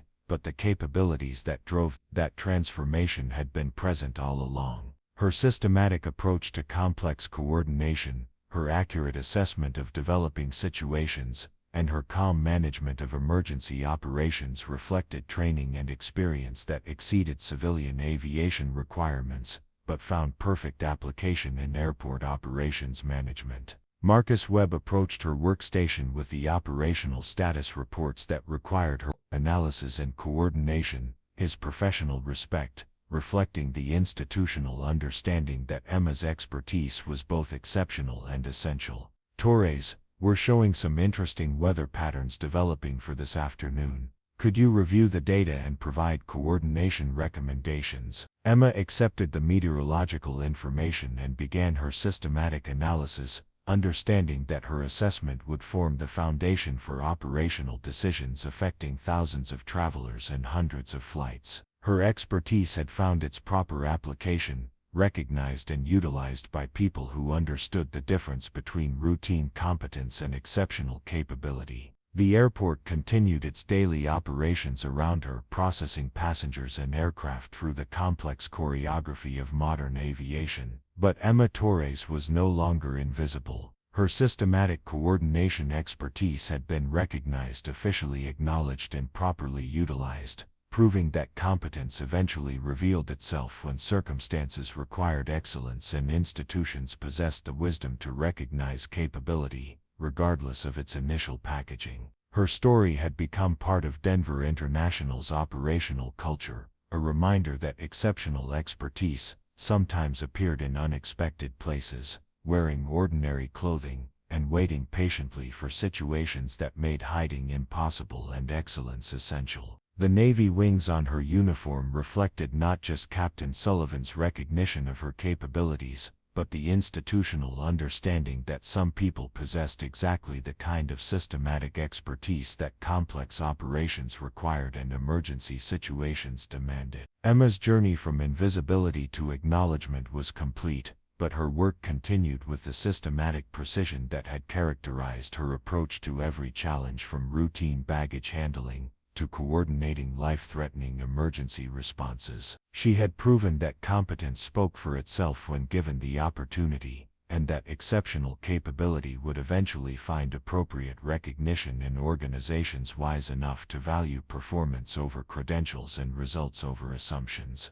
The morning briefing began with weather assessments, operational coordination, and systematic planning that would ensure Denver International Airport continued its reputation for safety, efficiency, and professional excellence. Emma Torres, Senior Operations Coordinator and Federal Consultant, had found her proper place in the aviation industry's complex hierarchy, where her expertise could make the kind of meaningful differences that justified years of systematic training and preparation. Her invisibility was over, but her work continued with the same methodical precision that had always characterized her approach to professional challenges. The difference now was that everyone understood exactly how valuable that precision could be when applied to operations that mattered. 3 months after the night that changed everything, Emma Torres arrived at Denver International Airport for what would be her last shift as a Rocky Mountain Airways employee. The morning air carried the crisp bite of early autumn,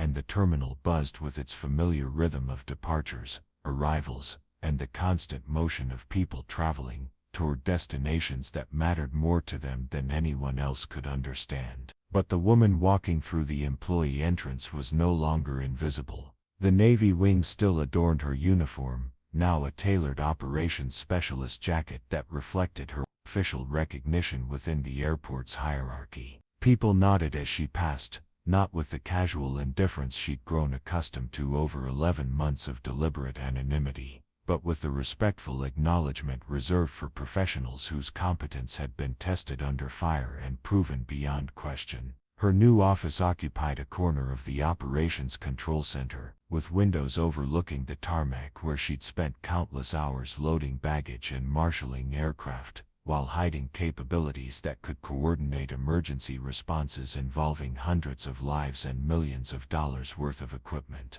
The desk bore nameplate that read Emma Torres, Senior Operations Coordinator, a title that finally matched the expertise she'd been applying to routine tasks for nearly a year. The transformation hadn't been immediate or dramatic. Airport bureaucracy moved with the same methodical pace as most large organizations, requiring documentation, verification, and multiple levels of approval before officially recognizing what everyone in operations already understood. Emma possessed exactly the kind of systematic coordination capabilities that emergency situations demanded and routine operations benefited from immeasurably. Marcus Webb had been among the first to acknowledge the new reality, though his adjustment to having someone with Emma's qualifications within his organizational structure had required considerable recalibration of his management approach. The woman he'd previously assigned to routine baggage handling was now coordinating complex operational challenges that affected multiple airlines,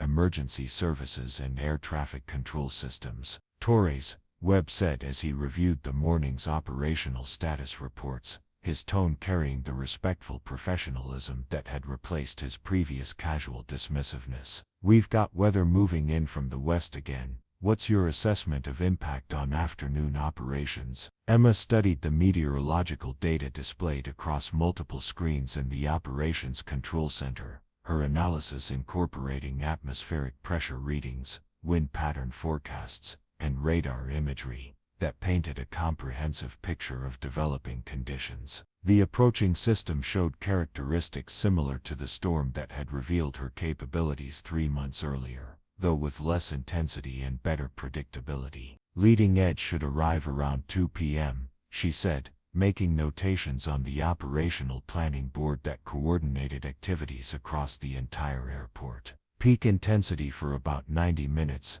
then clearing from west to east. We'll want to implement enhanced spacing protocols starting at 1:30 and plan for single runway operations between 2:15 and 4 o'clock. Webb nodded and began coordinating the advanced preparations that would minimize operational disruption when the weather system arrived. Emma's weather predictions had proven remarkably accurate over the past 3 months, often providing details and timeline precision that exceeded official forecasting services. Her systematic approach to atmospheric analysis had become an integral part of Denver International's operational planning procedures. The morning briefing included representatives from air traffic control, emergency services, airline operations, and ground support services, all coordinating their activities through information and analysis that Emma provided from her position as Senior Operations Coordinator. Sarah Coleman attended via video link from the control tower, her professional respect for Emma's capabilities having evolved into the kind of collaborative working relationship that made complex operations run smoothly. "Ground coordination is reporting equipment and personnel ready for enhanced weather protocols," Coleman announced during the briefing. "Torres, do you anticipate any complications beyond standard severe weather procedures?" Emma reviewed the latest atmospheric data, comparing current conditions with historical patterns, and her own analysis of the storm system's development characteristics. "System appears well organized but not particularly persistent," she replied. "Standard protocols should handle it effectively, but I'd recommend having backup power systems tested and ready. This type of system sometimes produces electromagnetic interference that affects ground communication equipment." The briefing concluded with systematic coordination that would have been impossible during Emma's invisible period, when her weather expertise was limited to casual observations that people could choose to ignore or dismiss. Now her analysis formed the foundation for operational decisions that affected thousands of passengers and hundreds of flights, with emergency services, air traffic control, and airline management coordinating their activities based on her professional assessment. Captain Patricia Kim stopped by Emma's office after the briefing, carrying coffee and the expression of someone who wanted to have a conversation that went beyond routine operational coordination. Kim had become something of a mentor figure over the past 3 months, helping Emma navigate the transition from anonymous ground crew to recognized aviation professional, while maintaining the systematic approach that made her expertise valuable. "I heard from my contacts at United," Kim said, settling into the chair across from Emma's desk. "They're interested in talking with you about a coordination position at their Denver hub. Significant salary increase, management track, full benefits package. The kind of opportunity that could lead to regional operations management within a few years." Emma continued reviewing operational reports while considering Kim's information. The offer represented exactly the kind of career advancement that her capabilities warranted, recognition from a major airline that her systematic coordination expertise was valuable enough to justify competitive compensation and professional development opportunities. It was validation that her transition from military operations to civilian aviation had achieved exactly the kind of success that most veterans could only hope for. But Emma had learned that success came in many forms, and that the most satisfying professional achievements weren't necessarily the ones that provided the highest salary or the most impressive job title. Her current position allowed her to apply her expertise in ways that made meaningful differences in operational safety and efficiency, while maintaining the kind of hands-on involvement with actual aviation operations that kept her skills sharp and her understanding current. "What do you think?" Kim asked, noting Emma's thoughtful expression as she processed the implications of the career opportunity. "I appreciate the vote of confidence," Emma replied, setting aside the operational reports and giving Kim her full attention. "But I've learned that being in the right place with the right capabilities matters more than having the right title or salary. Denver International has become home, and the work here lets me apply my skills in ways that make real differences."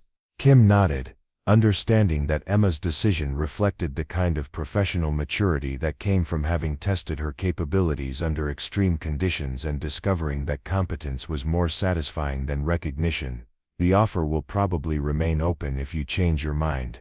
People with your coordination expertise aren't exactly common in civilian aviation." The afternoon weather system arrived precisely on schedule, with Emma coordinating the systematic preparation and response procedures that had become standard protocol at Denver International. Her position in the Operations Control Center allowed her to maintain oversight of multiple simultaneous activities, while providing the kind of systematic coordination that kept complex operations running smoothly even under challenging conditions. The storm passed without significant incident, a routine weather delay that was managed with the kind of professional efficiency that made Denver International one of the most reliable airports in the national aviation system. Passengers experienced minimal disruption, flights resumed normal operations within 2 hours, and equipment suffered no damage that affected ongoing operational capability. But Emma's coordination during the weather event was observed by someone whose presence at Denver International represented opportunities that extended far beyond civilian aviation careers. Colonel James Mitchell, United States Air Force, had been monitoring Emma's professional development since her transition to civilian aviation, maintaining the kind of quiet oversight that reflected institutional interest in personnel whose capabilities might prove valuable for future national security requirements. Colonel Mitchell approached Emma's office as the afternoon operations returned to normal schedules, his military bearing immediately recognizable to someone with Emma's background. His visit wasn't entirely unexpected. Emma had understood that her highly visible performance during the aircraft emergency 3 months earlier would eventually attract attention from her former professional community. "Miss Torres," Colonel Mitchell said, settling into the chair that Captain Kim had vacated earlier, "I've been following your work here at Denver International. Impressive transition to civilian operations, particularly given the complexity of coordination challenges you've been managing." Emma saved her operational reports and gave Colonel Mitchell the attention that his rank and position warranted.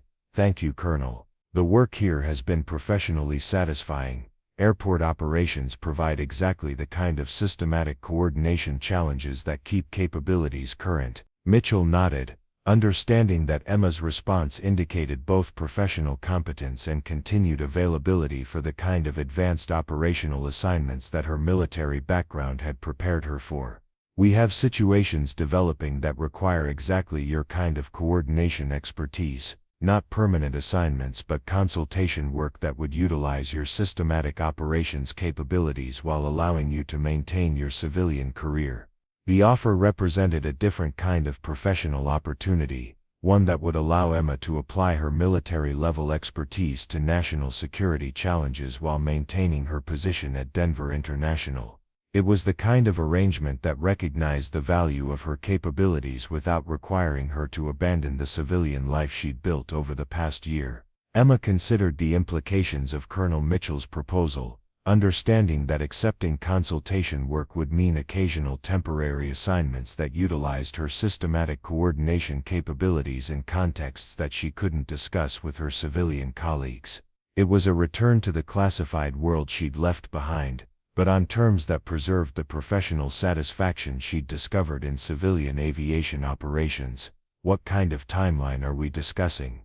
she asked, indicating interest in the opportunity, while maintaining her commitment to Denver International's operational requirements. "Flexible scheduling," Mitchell replied. "Typically 1-week assignments, maybe 6 times per year. Your civilian position would be protected, and your airport management would be informed that you're occasionally called away for federal consultation work. No details, just notification that your expertise is valued at levels that require security clearances." The arrangement would allow Emma to maintain her systematic coordination work at Denver International while occasionally applying her capabilities to challenges that exceeded civilian aviation complexity. It represented exactly the kind of professional balance that utilized her full range of expertise without requiring her to choose between civilian satisfaction and national service obligations. That evening, Emma completed her transition planning for the new arrangement that would balance civilian aviation coordination with occasional federal consultation assignments. Her position at Denver International would be maintained and protected, with backup coordination procedures established for periods when federal requirements took precedence over routine airport operations. Captain Jake Sullivan contacted her as she finished her shift, his voice carrying the satisfaction that came from having recognized exceptional capability and taken appropriate action to ensure it was properly utilized. Their conversation had become a monthly routine, professional colleagues maintaining contact across the intersection of military and civilian aviation operations. "Heard through channels that you're expanding your coordination work," Sullivan said, his tone indicating approval of Emma's decision to balance civilian aviation with federal consultation assignments. "That kind of systematic expertise shouldn't be limited to single organizations, no matter how good they are." Emma organized her office for the following day's operations, understanding that her professional life had achieved the kind of balance that utilized her full range of capabilities while maintaining personal satisfaction and institutional respect. "The work here at Denver keeps me grounded in practical operations," she replied. "Federal assignments will provide the kind of complex challenges that keep systematic coordination skills sharp." Their conversation concluded with mutual professional respect and the understanding that Emma had successfully navigated the transition from invisible ground crew to recognized expert while maintaining options for applying her expertise across multiple professional contexts. Her journey from anonymity to acknowledgement had revealed that competence eventually found its proper level, regardless of initial circumstances or deliberate attempts to remain unnoticed. 6 months later, Emma Torres stood in the Operations Control Center watching the controlled chaos of Denver International Airport's morning departure rush. Her coordination work had expanded to include consultation assignments that she couldn't discuss but that utilized her systematic operations expertise in contexts that made meaningful differences in national security operations. The transformation from invisible baggage handler to essential aviation professional had been completed, but the capabilities that drove that transformation had been present all along. Her systematic approach to complex coordination, her accurate assessment of developing situations, and her calm management of emergency operations reflected training and experience that exceeded civilian aviation requirements but found perfect application in airport operations management. Marcus Webb approached her workstation with the operational status reports that required her analysis and coordination, his professional respect, reflecting the institutional understanding that Emma's expertise was both exceptional and essential. Torres, we're showing some interesting weather patterns developing for this afternoon. Could you review the data and provide coordination recommendations? Emma accepted the meteorological information and began her systematic analysis, understanding that her assessment would form the foundation for operational decisions affecting thousands of travelers and hundreds of flights. Her expertise had found its proper application, recognized and utilized by people who understood the difference between routine competence and exceptional capability. The airport continued its daily operations around her, processing passengers and aircraft through the complex choreography of modern aviation, but Emma Torres was no longer invisible. Her systematic coordination expertise had been recognized, officially acknowledged, and properly utilized, proving that competence eventually revealed itself when circumstances required excellence and institutions possessed the wisdom to recognize capability regardless of its initial packaging. Her story had become part of Denver International's operational culture, a reminder that exceptional expertise sometimes appeared in unexpected places, wearing ordinary clothing, and waiting patiently for situations that made hiding impossible and excellence essential. The navy wings on her uniform reflected not just Captain Sullivan's recognition of her capabilities but the institutional understanding that some people possessed exactly the kind of systematic expertise that complex operations required and emergency situations demanded. Emma's journey from invisibility to acknowledgement was complete, but her work continued with the systematic precision that had characterized her approach to every challenge, from routine baggage handling to coordinating life-threatening emergency responses. She had proven that competence spoke for itself when given the opportunity, and that exceptional capability would eventually find appropriate recognition in organizations wise enough to value performance over credentials and results over assumptions. The morning briefing began with weather assessments, operational coordination, and systematic planning that would ensure Denver International Airport continued its reputation for safety, efficiency, and professional excellence. Emma Torres, Senior Operations Coordinator and Federal Consultant, had found her proper place in the aviation industry's complex hierarchy, where her expertise could make the kind of meaningful differences that justified years of systematic training and preparation. Her invisibility was over, but her work continued with the same methodical precision that had always characterized her approach to professional challenges. The difference now was that everyone understood exactly how valuable that precision could be when applied to operations that mattered. 2 years had passed since that storm-filled night when invisibility became impossible, and Emma Torres found herself standing before a congressional subcommittee on aviation safety, testifying about systematic coordination improvements that could prevent the kind of cascading operational failures that had historically plagued the airline industry during crisis situations. Her testimony was classified at levels that required the hearing room to be cleared of everyone except committee members with appropriate security clearances. The woman addressing senators and representatives bore little resemblance to the anonymous baggage handler who had once preferred to remain unnoticed while fixing problems that others couldn't even identify. Emma wore a tailored navy suit with subtle indicators of her federal consultation status, her testimony delivered with the calm authority that came from having coordinated operations involving national security implications that she would never be able to discuss publicly. The systematic coordination protocols we've implemented at Denver International have reduced weather-related operational disruptions by 47% while improving emergency response effectiveness by measures that exceed previous industry standards. She explained to committee members who understood that her expertise represented exactly the kind of practical knowledge that policy making required.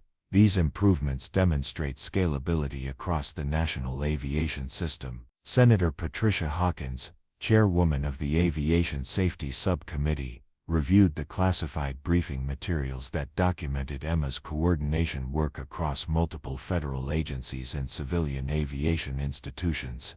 Ms. Torres, your background suggests experience with coordination challenges that extend considerably beyond civilian airport operations. Can you elaborate on how that expertise translates to improving national aviation security? Emma paused, considering how to discuss capabilities and experiences that carried classification levels requiring careful language selection. Military operational coordination often involves managing multiple simultaneous requirements under time pressure with incomplete information, she said. Civilian aviation faces similar challenges during emergency situations, though typically with different stakes and resource constraints. The hearing continued for 3 hours, with Emma providing testimony about coordination improvements, systematic operational enhancements, and emergency response protocols that had been developed through collaboration between federal agencies and civilian aviation institutions. Her expertise had evolved from airport-specific coordination to national-level consultation that influenced policy decisions affecting the entire domestic aviation system. Following the hearing,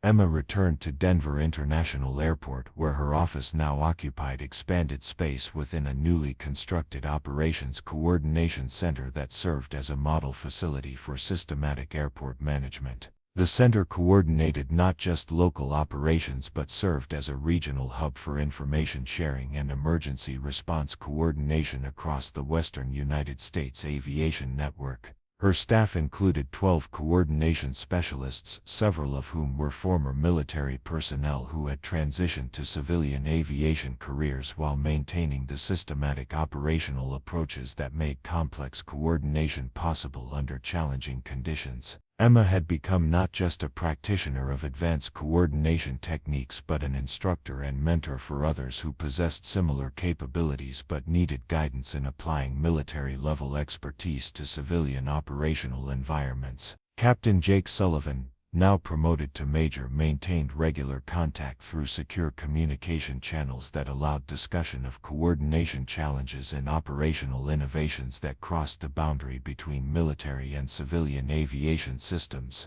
Their professional relationship had evolved into collaborative work that influenced coordination protocols across multiple agencies and operational contexts. Torres Sullivan's voice carried satisfaction as he updated her on coordination improvements that had been implemented at military installations based on techniques she'd developed at Denver International. Your systematic approach to resource allocation during simultaneous emergency operations has been adopted as standard procedure at 7 Air Force bases. We're seeing measurable improvements in response effectiveness and operational continuity. Emma reviewed coordination data from her expanded operations, noting that systematic approaches developed for civilian airport management had proven applicable to military operational challenges, creating cross-pollination of techniques that improved performance across both civilian and military aviation systems. Her expertise had become a bridge between institutional cultures that historically operated with minimal coordination despite facing similar challenges. The success of her coordination programs had attracted attention from international aviation organizations, with delegations from European, Asian, and South American aviation authorities visiting Denver International to study systematic coordination techniques that could be adapted to their own operational environments. Emma found herself briefing foreign aviation professionals about coordination innovations that represented American leadership in aviation safety and operational efficiency. Dr. Helen Chang from the International Civil Aviation Organization spent a week observing Emma's coordination, taking detailed notes about techniques and procedures that exceeded international standards for airport emergency response and operational management. Ms. Torres, Dr. Chang said during her final briefing, "The systematic coordination capabilities you've developed represent exactly the kind of operational innovation that ICAO wants to promote globally. Would you consider serving as a technical advisor for international coordination standards development?" The invitation represented another expansion of Emma's professional influence, from local airport coordination to national consultation to international standards development. Her systematic approach to complex operational challenges had proven applicable across multiple contexts,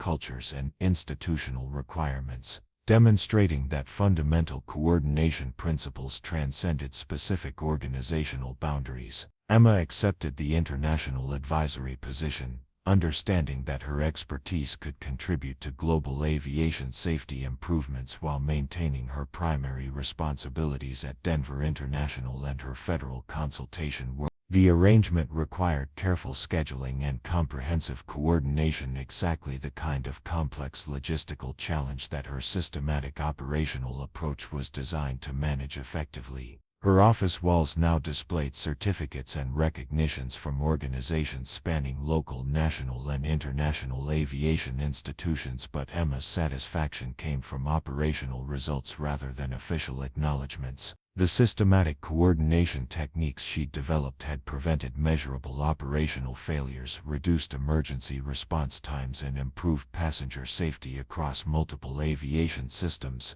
Kevin Brooks and Danny Walsh, the former junior ground crew members who had once speculated about Emma's background and capabilities, now worked in different departments of Denver International's expanded operations. Both had requested transfers to positions that allowed them to observe and learn from coordination techniques that had transformed their understanding of what professional competence looked like when applied to complex operational challenges. Brooks approached Emma's office during a quiet afternoon, carrying the expression of someone who wanted to acknowledge past mistakes while expressing current respect. "Miss Torres," he said, his tone reflecting genuine professional admiration, "I wanted to apologize for some of the things Danny and I said when you were working ground crew. We didn't understand what we were seeing." Emma looked up from coordination reports she was reviewing for the International Civil Aviation Organization, noting that Brooks' approach indicated the kind of personal growth that came from witnessing competence under pressure and recognizing the difference between assumptions and reality. "No need for apologies, Kevin. Everyone makes assessments based on available information. The important thing is being willing to revise those assessments when new information becomes available."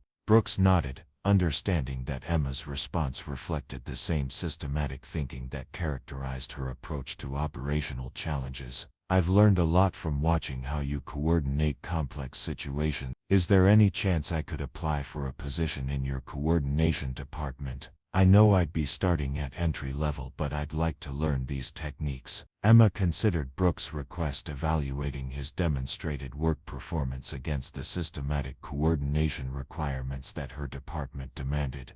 "Submit an application through official channels," she said. "We'll evaluate your qualifications along with other candidates. The work requires systematic thinking, attention to detail, and the ability to remain calm under extreme pressure." The conversation concluded with mutual professional respect, demonstrating that Emma's transformation from invisible ground crew to recognized expert had created opportunities for others to develop similar systematic coordination capabilities. Her success had become a model for professional development that transcended initial job classifications and official credentials. Marcus Webb had been promoted to Airport Operations Manager, a position that placed him in regular coordination with Emma's expanded operations center. Their working relationship had evolved from supervisor and subordinate to professional colleagues who coordinated complex operational challenges through systematic collaboration rather than hierarchical authority.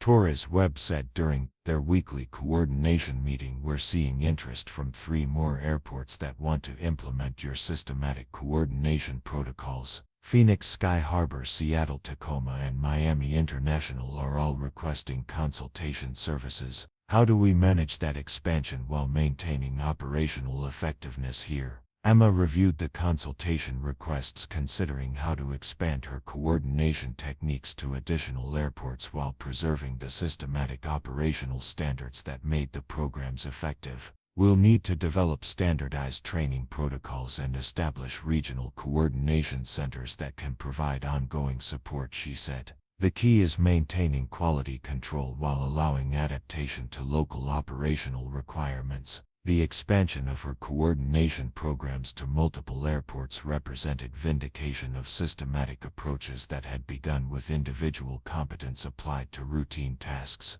Emma's expertise had grown from personal capability to institutional innovation, demonstrating that exceptional performance could scale to organizational and systemic improvements that benefited entire industries. Her personal life had also evolved to reflect her expanded professional responsibilities and recognition. Emma had purchased a house in the foothills west of Denver with mountain views and the kind of quiet space that allowed recovery from the intensive coordination work that characterized her professional activities. The house included a home office equipped with secure communication systems that supported her federal consultation work and international advisory responsibilities. Captain Patricia Kim had become a close personal friend as well as professional colleague. Their relationship, based on mutual respect for systematic operational excellence and shared understanding of the challenges faced by women in aviation careers that required exceptional competence to overcome institutional assumptions and cultural barriers. "You've built something remarkable here,"